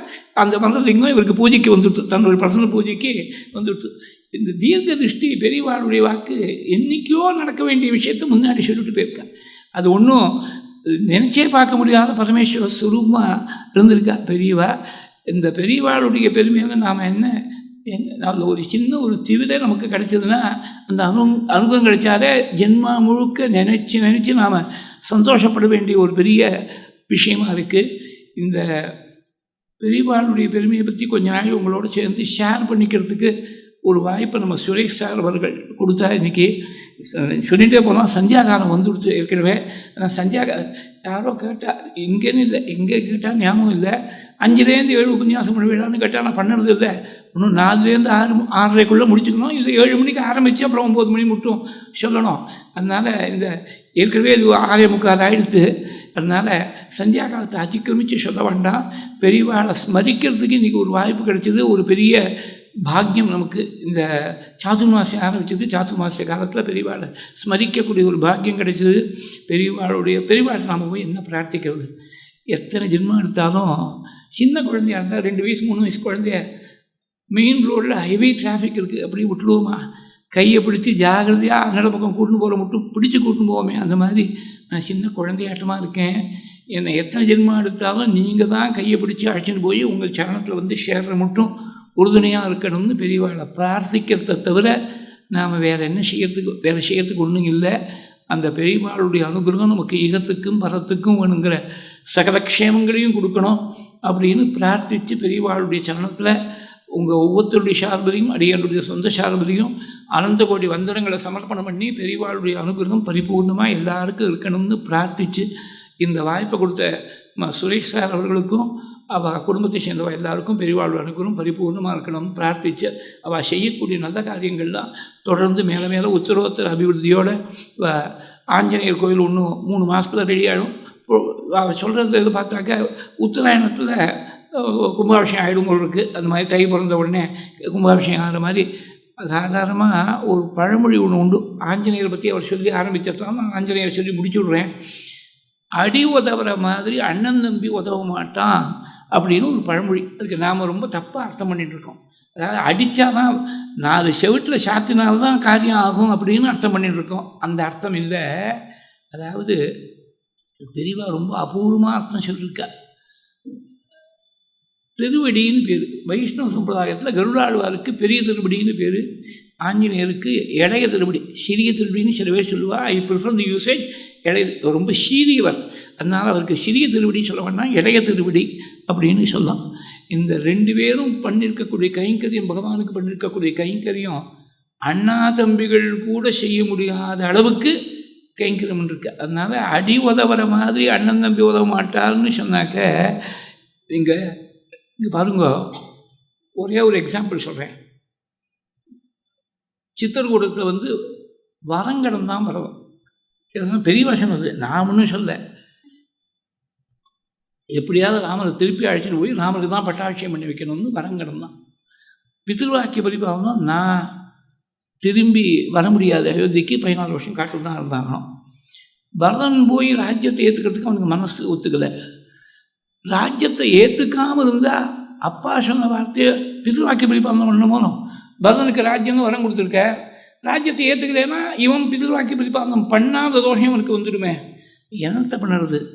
அண்ணா தம்பியாக இருக்கக்கூடிய ராமனும் பரதனும் ஒரு பெரிய தர்ம சங்கடத்தில் இருக்கிற போது அண்ணா தம்பி கூட செய்ய முடியாத உபகாரத்தை திருவடியாக இருக்கக்கூடிய திருவடி, அங்கே திருவடின்னு சொன்னாக்க பகவானுடைய திருவடியில் இருக்கக்கூடிய பாதுகை, அந்த பாதுகா ராஜ்யம் ஏற்பட்ட பொழுது தம்பி ஏற்றுக்க முடியாத ராஜ்யத்தை, அண்ணா ஏற்றுக்க முடியாத ராஜ்யத்தை பாதுகா தேவி நிர்வாகம் பண்ணதுனால அடி உதவுற மாதிரி அண்ணன் தம்பி உதவ மாட்டான். அப்படி ஒரு கான்டெக்ஸ்ட்டு. 14 வருஷம் கழித்து சுவாமி திரும்பி வரார். பரத்வாஜ ஆசிரமத்துக்கு வந்தார் பஞ்சமி என்று. பரதன் என்ன சொல்லிட்டு போயிருக்கான், 15வது வருஷம் முதல் நாள் சூரியோதய பரியந்தம் பார்ப்பேன். அந்த சூரியோதயத்துக்குள்ளே நீங்கள் திரும்பி வரலைன்னா அக்னியில் பிரவேசம் பண்ணுவேன்னு சொல்லிவிட்டு போயிருக்கான் சித்திரக்கூடத்துலேருந்து. அங்கே அக்னியை தயார் பண்ணி வச்சுருக்கான். ஆஞ்சநேயர் வந்து பார்க்குற போது அக்னியை தயார் பண்ணி வச்சுருக்கான். 15வது வருஷம் முதல் நாள் சூரியோதய பரியந்தம் பார்த்து ராமன் வரதேன்னு தெரிஞ்சப்புறம் அக்னியை மூட்டினா அக்னி வளர்கிறதுக்கு எத்தனை நாழி ஆறுதோ, தான் அக்னியில் பிரவேசம் பண்ணதுக்கு எத்தனை நாழி ஆறுதோ அத்தனை நாழி தான் சொன்ன வாக்குலேருந்து அதிகமான காலம் வாழ்ந்த தோஷம் வந்துடும்னு அக்னியை முன்கூட்டியே தயார் பண்ணி வச்சுருக்கான். கௌசல்யாதேவி தடுத்துருக்காள். கம்பர் பாட்டெல்லாம் ரொம்ப ஆச்சரியமான பாட்டுகள் தான் இருக்குது. எண்ணில் கோடி ராமர்கள் எண்ணினும் அண்ணல் நின் அருளுக்கு அருகாவரோ புண்ணியம் என்னும் நெண்ணுயிர் போயினால் மண்ணும் வானும் உயிர்களும் வாழுமோன்னு கம்பருடைய பாட்டு இம்மார்டல் வருஷம் இருக்குது. கௌசல்யாதேவி தடுக்கிற காட்டுக்கு போன பிள்ளை அவன் கையில் பஞ்சாங்கம் எடுத்துகிட்டு போயிருக்கானா, ஏதாவது ஒரு நாள் முன்ன பின்ன வரலாம், முகூர்த்தம் முன்ன பின்ன வரலாம், நீ உயிர் அழிஞ்சு விட்டேன்னா கோடி ராமர்கள் கூட உனக்கு ஈடாக முடியாதே, உலகம் முழுக்க தவிச்சு போயிடுமேன்னு தடுத்துன்னு இருக்கா. சுவாமி பரத்வாஜ ஆசிரமத்துக்கு வந்து விட்டார். பரத்வாஜ் என்ன பண்ணார், ஒரு நாள் இங்கே தங்கி விட்டு நாளைக்கு போகலான்னு விட்டார். இங்கே பரத்வாஜருடைய வார்த்தையும் தட்டுறதுக்கு வழி இல்லை. அதனால் ஆஞ்சநேயரை முன்னாடி அனுப்பிச்சு ஆஞ்சநேயர் ஆகாச மார்க்கமாக வரும்போது அக்னி பிரவேசம் பண்ணுறதுக்கு தயாராக அக்னியை பிரதட்சணம் பண்ணிட்டு இருக்கான். வரதும் அங்கேருந்து வரும்போது ஐயன் மந்தனன் ஆரியன் மந்தனன் மெய்யன் என் இன்னுயிர் வீடினாகால் உய்யுமே அவன் என்று உரைத்து உட்புகா கையினால் எரியை கரியாக்கினான். இங்கே ஆஞ்சநேயர் வரும்போதே வந்துட்டு இருக்கார் சுவாமின்னு சொன்னாலாம். இங்கே அண்ணாவால் வர முடியல. ஒரு நாள் பரத்வாஜர் போட்டு ஒரு நாள் தங்குன்னு சொன்னதுனால தங்க முடியல வந்துடுத்து. அண்ணாவால் பரதனை காப்பாற்றுறதுக்காக அந்த 15வது நாள் சூரியோதயத்துக்குள்ளே வர முடியாத சமயத்தில் அண்ணா பண்ண முடியாத விஷயத்தை அடியாக இருக்கக்கூடிய திருவடியாக இருக்கக்கூடிய ஆஞ்சநேயர் அண்ணன் தம்பி உதவுற மாதிரி அடி உதவுற மாதிரி அண்ணன் தம்பி உதவ மாட்டார். திருவடியாக இருக்கக்கூடிய ஆஞ்சநேயர் பண்ண உபகாரம். இதெல்லாம் பெரியவா இப்போ சமீபத்தில் பெரியவா பர்சனலாக 1-to-1 பேசியிருந்த விஷயங்கள் தான் வந்து ஆச்சாரியால் அருள்னு ஒரு புத்தகம் 8வது வால்யூம், தெய்வத்தின் ஒரு 7 வால்யூம் வந்துவிட்டு. இது 8வது வால்யூம் ஸ்ட்ரிக்ட்லி ஸ்பீக்கிங் சொல்ல முடியாது, ஒரு கண்டினியூஷன் ஆட்டமாக இப்போ சமீபத்தில் ஒரு மாதம் முன்னாடி பெரியவா ரிலீஸ் பண்ணிருக்காங்க. புஸ்தகத்தை ரிலீஸ் பண்ணிருக்கா. அதில் மங்கள ஆரத்தின்னு சொல்லி கடைசியில் நான் இன்னும் புஸ்தகத்தை வாங்கலை. அது படித்தவா வந்து சொன்னால் இது மாதிரி ஆஞ்சநேயருடைய ஒரு பெருமையை பெரியவா ரொம்ப யாருக்கும் தோணாத திருஷ்டிகோணங்கள்லேருந்து சொல்லி அனுகிரகம் பண்ணி கொடுத்துருக்கா. அந்த ஆஞ்சநேயருக்கு கும்பாபிஷேகம் நடக்கப்படுறதுக்காக ஆஞ்சநேயரை பற்றி சொல்லி பூர்த்தி பண்ணலான்னு சொல்லிட்டு சொன்னேன். எப்போதுமே பூர்த்தி ஆரம்பத்தில் பிள்ளையாரையும் கடைசியில் ஆஞ்சநேயரையும் ஸ்மரிக்கிறது வழக்கம். எல்லாருக்கும் எல்லா க்ஷேமங்களும் பரிபூர்ணமாக இருக்கணும். ஆமாம், சரி சொல்கிறேன். அதாவது வியாச மகிமை பற்றி சொன்னேன். போன வியாழக்கிழமை அன்றைக்கி வியாச பௌர்ணமியாக இருந்ததுனால வேதவியாசத்தை போகணும் தாமரம் பக்கத்தில் இருக்குது. அங்கே சாரும் வந்திருந்தார், நானும் போயிருந்தேன். அவரை வரப்போகிறான்னு எனக்கு தெரியாது, நான் வரப்போகிறேன்னு ஒரு தெரியுமா தெரியாதான்னு எனக்கு தெரியாது. அங்கே வியாச மகிமை பற்றி சொல்கிறது, வியாசரை பற்றி ஒரு ஸ்லோகம் இருக்குது. நமோஸ்துதே வியாச விஷால புத்தே புல்லாரவிந்தாய தபத்ரநேத்ரா ஏனத்வயா பாரததீர பூர்ணா பிரஜ்வாலிதோ ஞானமய பிரதீபா. வியாசருக்கு நமஸ்காரம். என்ன நமஸ்காரம்னா, ஒரு ஞானமயமான தீபத்தை ஏற்றி வச்சேள், பாரதம் என்ற எண்ணெய் நிரம்பி இருக்கக்கூடிய தீபத்தை, ஞான தீபத்தை ஏற்றி வச்சேள் அப்படின்னு அந்த ஸ்லோகத்துக்கு அர்த்தம். அதனால உங்களுக்கு நமஸ்காரம் பண்ணுறோன்னு இருக்குது. இந்த விளக்கை பற்றி ஒரு யாரோ பெரியவாழ்கிட்ட ரொம்ப நாள் முன்னாடி கேட்ட விஷயம், அதை ஷேர் பண்ணிட்டேன் அன்றைக்கி. அதை திருப்பி இங்கே ஷேர் பண்ணிக்கணும்னு அவர் ஆசைப்படுறார். ஒரு விளக்கு வேணும்னா என்ன வேணும்? என்ன சார் கேள்வி? கேஜி கிளாஸ் குழந்தைய கேட்டால் சொல்லிட்டு போயிட்டு போகிறது. விளக்கு வேணும், விளக்கு மாத்திரம் போகாது, எண்ணெய் வேணும், திரி வேணும், இதெல்லாம் வேணும். இது ஃபிசிக்கலாக ஒரு விளக்கேற்று சாதாரணமாக ஒரு ஏதாவது ஒரு ஃபங்க்ஷன் ஆரம்பிக்கிறதுனா விளக்கேற்றி வைக்கிறது அப்படின்னு ஒரு சம்பிரதாயம் தான் இருக்குது. அந்த beyond the physical, what is the metaphysical significance of it அப்படின்னு பார்த்தீங்கன்னா, முதல்ல விளக்கு வேணும், விளக்க வேண்டும், விளக்கமாக தெரிந்து கொள்ள வேண்டும். ஒரு விஷயத்தை பெரியவாழ்கிட்ட பகுதா ஸ்ரோதவியம் பகுபிய ஸ்ரோதவியம்னு பல முறை கேட்கணும். பல பெரியவாழ்கிட்ட கேட்டு ஒரு விஷயத்தை நல்லா பல பேர்கிட்ட கேட்கும்போது பல ஆங்கிள்ஸ்லேருந்து ஒரு விஷயத்தை தெரிஞ்சுக்கலாம். பல முறை கேட்குற போது நல்லா மனசில் போய் பதியும்படியா விளக்க வேண்டும். விளக்கினா போகாது. வெறும் விளக்க வச்சு என்ன பண்ணுவேன்? வெறும் விளக்குனாக்கா ஏதோ இங்கே ஆர்ட்ஸ் எம்போரியம்னு வச்சுருக்கான், அந்த விளக்க வச்சுருக்கான். அந்த விளக்கை ஏற்றுறதுக்கு என்ன வேணுமோனோ கேட்டு விளக்கமாக தெரிஞ்சின்ற விஷயத்தை எண்ண வேண்டும், எண்ணி பார்க்க வேண்டும். அது மனநம்னு பேர். சாஸ்திரங்களில் ஸ்ரவணம் மனநம் நிதித்தியாசனம்னு இருக்குது. ஸ்ரவணத்துக்கு எடுத்தாப்புல மனநம். அப்புறம் அது போகாது, வெறும் எண்ணெயை விட்டால் அவனுக்கு தெரியுமா? திரி வேணும். அதாவது திரிய வேண்டும். அந்த காலத்தில் தான் என்ன பண்ணுவா, காசி மாதிரி க்ஷேத்திரங்களில் பல இடங்கள்லேருந்து குழந்தைகள்லாம் வருவா. ஒரு விஷயத்தை தெரிஞ்சுக்கணுங்கிறதுக்காக பெரியவா நல்ல வித்வான்கள் இருக்கக்கூடிய இடத்த தேடி அவள் இருக்கக்கூடிய இடத்த தேடி திரிந்து வருவாள். நீ அலைஞ்சி திரிஞ்சு எப்படி இல்லாமல் பல இடங்களில் தேடி ஒரு குருவை அடையிறதுக்காக திரிய வேண்டும். குரு அடைஞ்சுட்ட, அரைஞ்சா திரியும் போட்டாச்சு, எண்ணெயை விட்டாச்சு, விளக்கலை தானாக எரியுமா? அதை பற்ற வைக்கணும். அது குருவுடைய சரணத்தை போய் நல்லா பற்ற வேண்டும். பற்ற வைக்கிறதுனா சும்மா மேட்ச் குச்சியை மாத்திரம் கழித்து வைக்கிறது, அதை பற்ற வேண்டும். பற்றினப்புறம் அது எரியணுமே. பிசு பிசுன்னு போயிடுத்துனாக்க டக்குன்னு எண்ணெய்க்குள்ளே அந்த திரி அப்படியே இறங்கி கொடுத்தனா பிரயோஜனம் இல்லை, எரியணும். அது மாதிரி குருவுடைய சரணத்தை பற்றின உடனே என்ன ஆகணும்? நான்கிற எண்ணத்தை எரிய வேண்டும். இந்த நான்கிற எண்ணம் ஈகோ போயிடுத்துனாக்க ஆத்ம பிரகாசமாக இருக்கக்கூடிய தீபம் பிரகாசிக்கும். ஆத்ம தீபேன பாஸ்வதா. அதுக்கு வேறு வியாக்கியானம் பகவத்பாதா ரொம்ப ஆச்சரியமாக பண்ணிருக்கார். கீதா பாஷ்யத்தில் இந்த ஆத்மதீபேன பாஸ்வதாங்கிறதுக்கு அது தனியாக ஒரு நாள் முழுக்க தனியாக சொல்லணும். அவ்வளவு வேதாந்தபரமாக வியாக்கியானம் பண்ணிருக்காள் பகவத்பாதா. அதனால இந்த 5 சேர்ந்து சாதாரணமாக 5 முகம் பஞ்சமுக தீபம்னு ஏற்றுறோமோனோ அதுக்கு வேறு தாற்பயமும் இருக்குது. பஞ்சமுக தீபம்னாக்க 5 முகங்கள், ஆனால் ஒரே எண்ணெய் தான். இவ்வளவுக்கும் ஃபீட் பண்ணுறது ஒரே ஃபியூயல் தான்.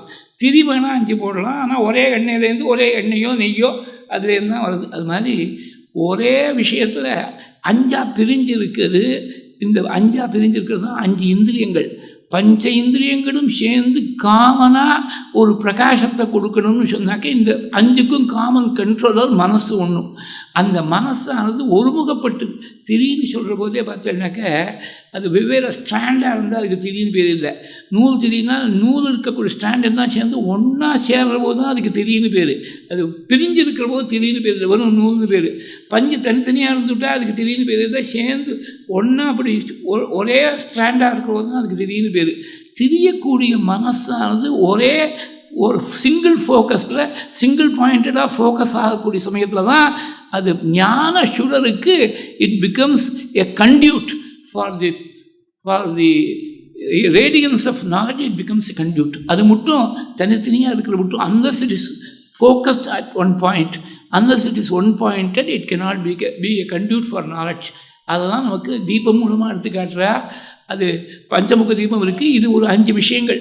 ஒரு விஷயத்தை தெரிஞ்சுக்கணும்னா விளக்க வேண்டும், எண்ண வேண்டும். விளக்கி தெரிந்த விஷயத்தை எண்ண வேண்டும். எண்ணினா போகாது, திரிய வேண்டும். யாராவது நல்ல குரு கிடைக்க மாட்டாரான்னு குருவை தேடி திரிய வேண்டும். குருவுடைய சரணத்தை அடைஞ்ச உடனே பற்ற வேண்டும். அந்த சரணத்தை பற்றின உடனே 4 எண்ணத்தை எரிய வேண்டும். ஞான பிரகாசம் ஏற்படும்படியாக பெரியவா அனுகிரகம் பண்ணுறோம்னு பிரார்த்தித்து பூர்த்தி பண்ணிப்போம்.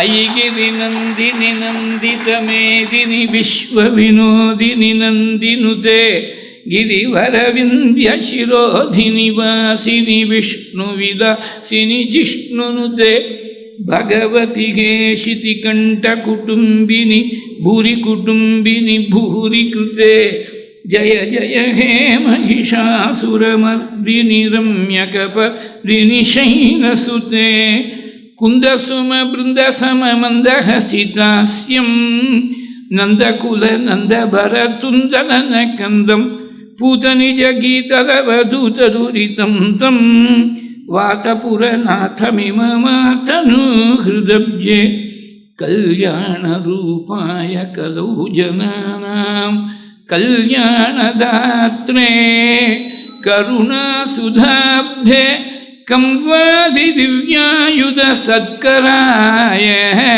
वातालयाधीश नमो नमस्ते नारायण नारायण नारायण नारायण नारायण नारायण नारायण नारायण நாராயண நாராயண நாராயண நாராயண நாராயண நாராயண நாராயண நாராயண.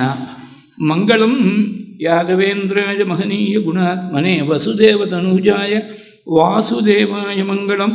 மங்களம் மஸ்கரீந்திராய மகனீய குணாத்மனே அனந்தராமயதயே ஸ்ரவணானந்ததாயினே சுகசாஸ்திரஸ்வரூபாய பாராயண பராய ச ராமச்சந்திராஸ்ரயாख्याय சம்யமீந்திராய மங்களம். காஞ்சனாத்ரிநிபாங்காய வாஞ்சிதார்த்தப்பிரதாயினே அஞ்சனாபாக்யரூபாய ஆஞ்சநேயாய மங்களம். நமः பார்வதீபதயே. ஹர ஹர மகாதேவ. ஸ்ரீ சத்குருஸ்வாமினः ஜெய. ஆஞ்சநேயஸ்வாமினः ஜெய. ஸ்வஸ்தி பிரஜாभ्यः பரிபாலயந்தாம் न्याय्येन मार्गेण महीं महीषाः. गोब्राह्मणेभ्यः शुभमस्तु नित्यं. लोकाः समस्ताः सुखिनो भवन्तु. कायेन वाचा मनसा इन्द्रियैर्वा बुद्ध्या आत्मनः वा प्रकृते स्वभावात् करोमि यद्यत् सकलं परस्मै नारायणायेति समर्पयामि. त्वदीयं वस्तु गोविन्द तुभ्यमेव समर्पये.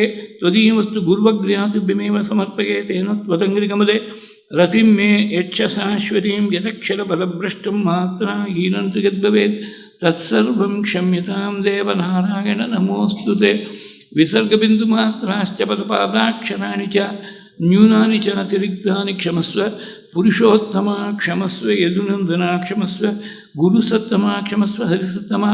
இங்கே கூடியிருக்கக்கூடிய அன்பர்களை தவிர, இதுக்கு காரணமாக இருக்கக்கூடிய ஸ்ரீமான் சுரேஷ் அவர்கள் தவிர, அவருடைய பிஏ சிவசுப்ரமணியம், அவருடைய சாரதி ரஞ்சித்குமார், அவள் எல்லாருடைய ஒத்துழைப்போடு தான் இன்றைக்கி இங்கே வந்து 2 மணி நேரம் உங்களோட இருந்திருக்கேன்.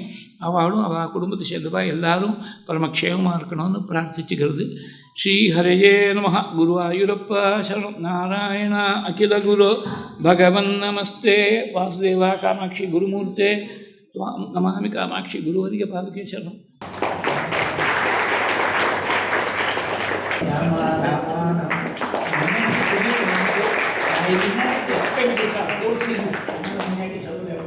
விளக்கை பற்றி நான் போன விளக்கம் சொன்னது திருப்பி இங்கே ஷேர் பண்ணிக்கணும்னு சார் ஆசைப்பட்டார். இது என்ன காரணம்னு அவர் பேஷண்ட் இருக்கோ தோணித்து. இந்த நிறுவனத்துக்கு அருண் எக்ஸல்லோன்னு பேர்.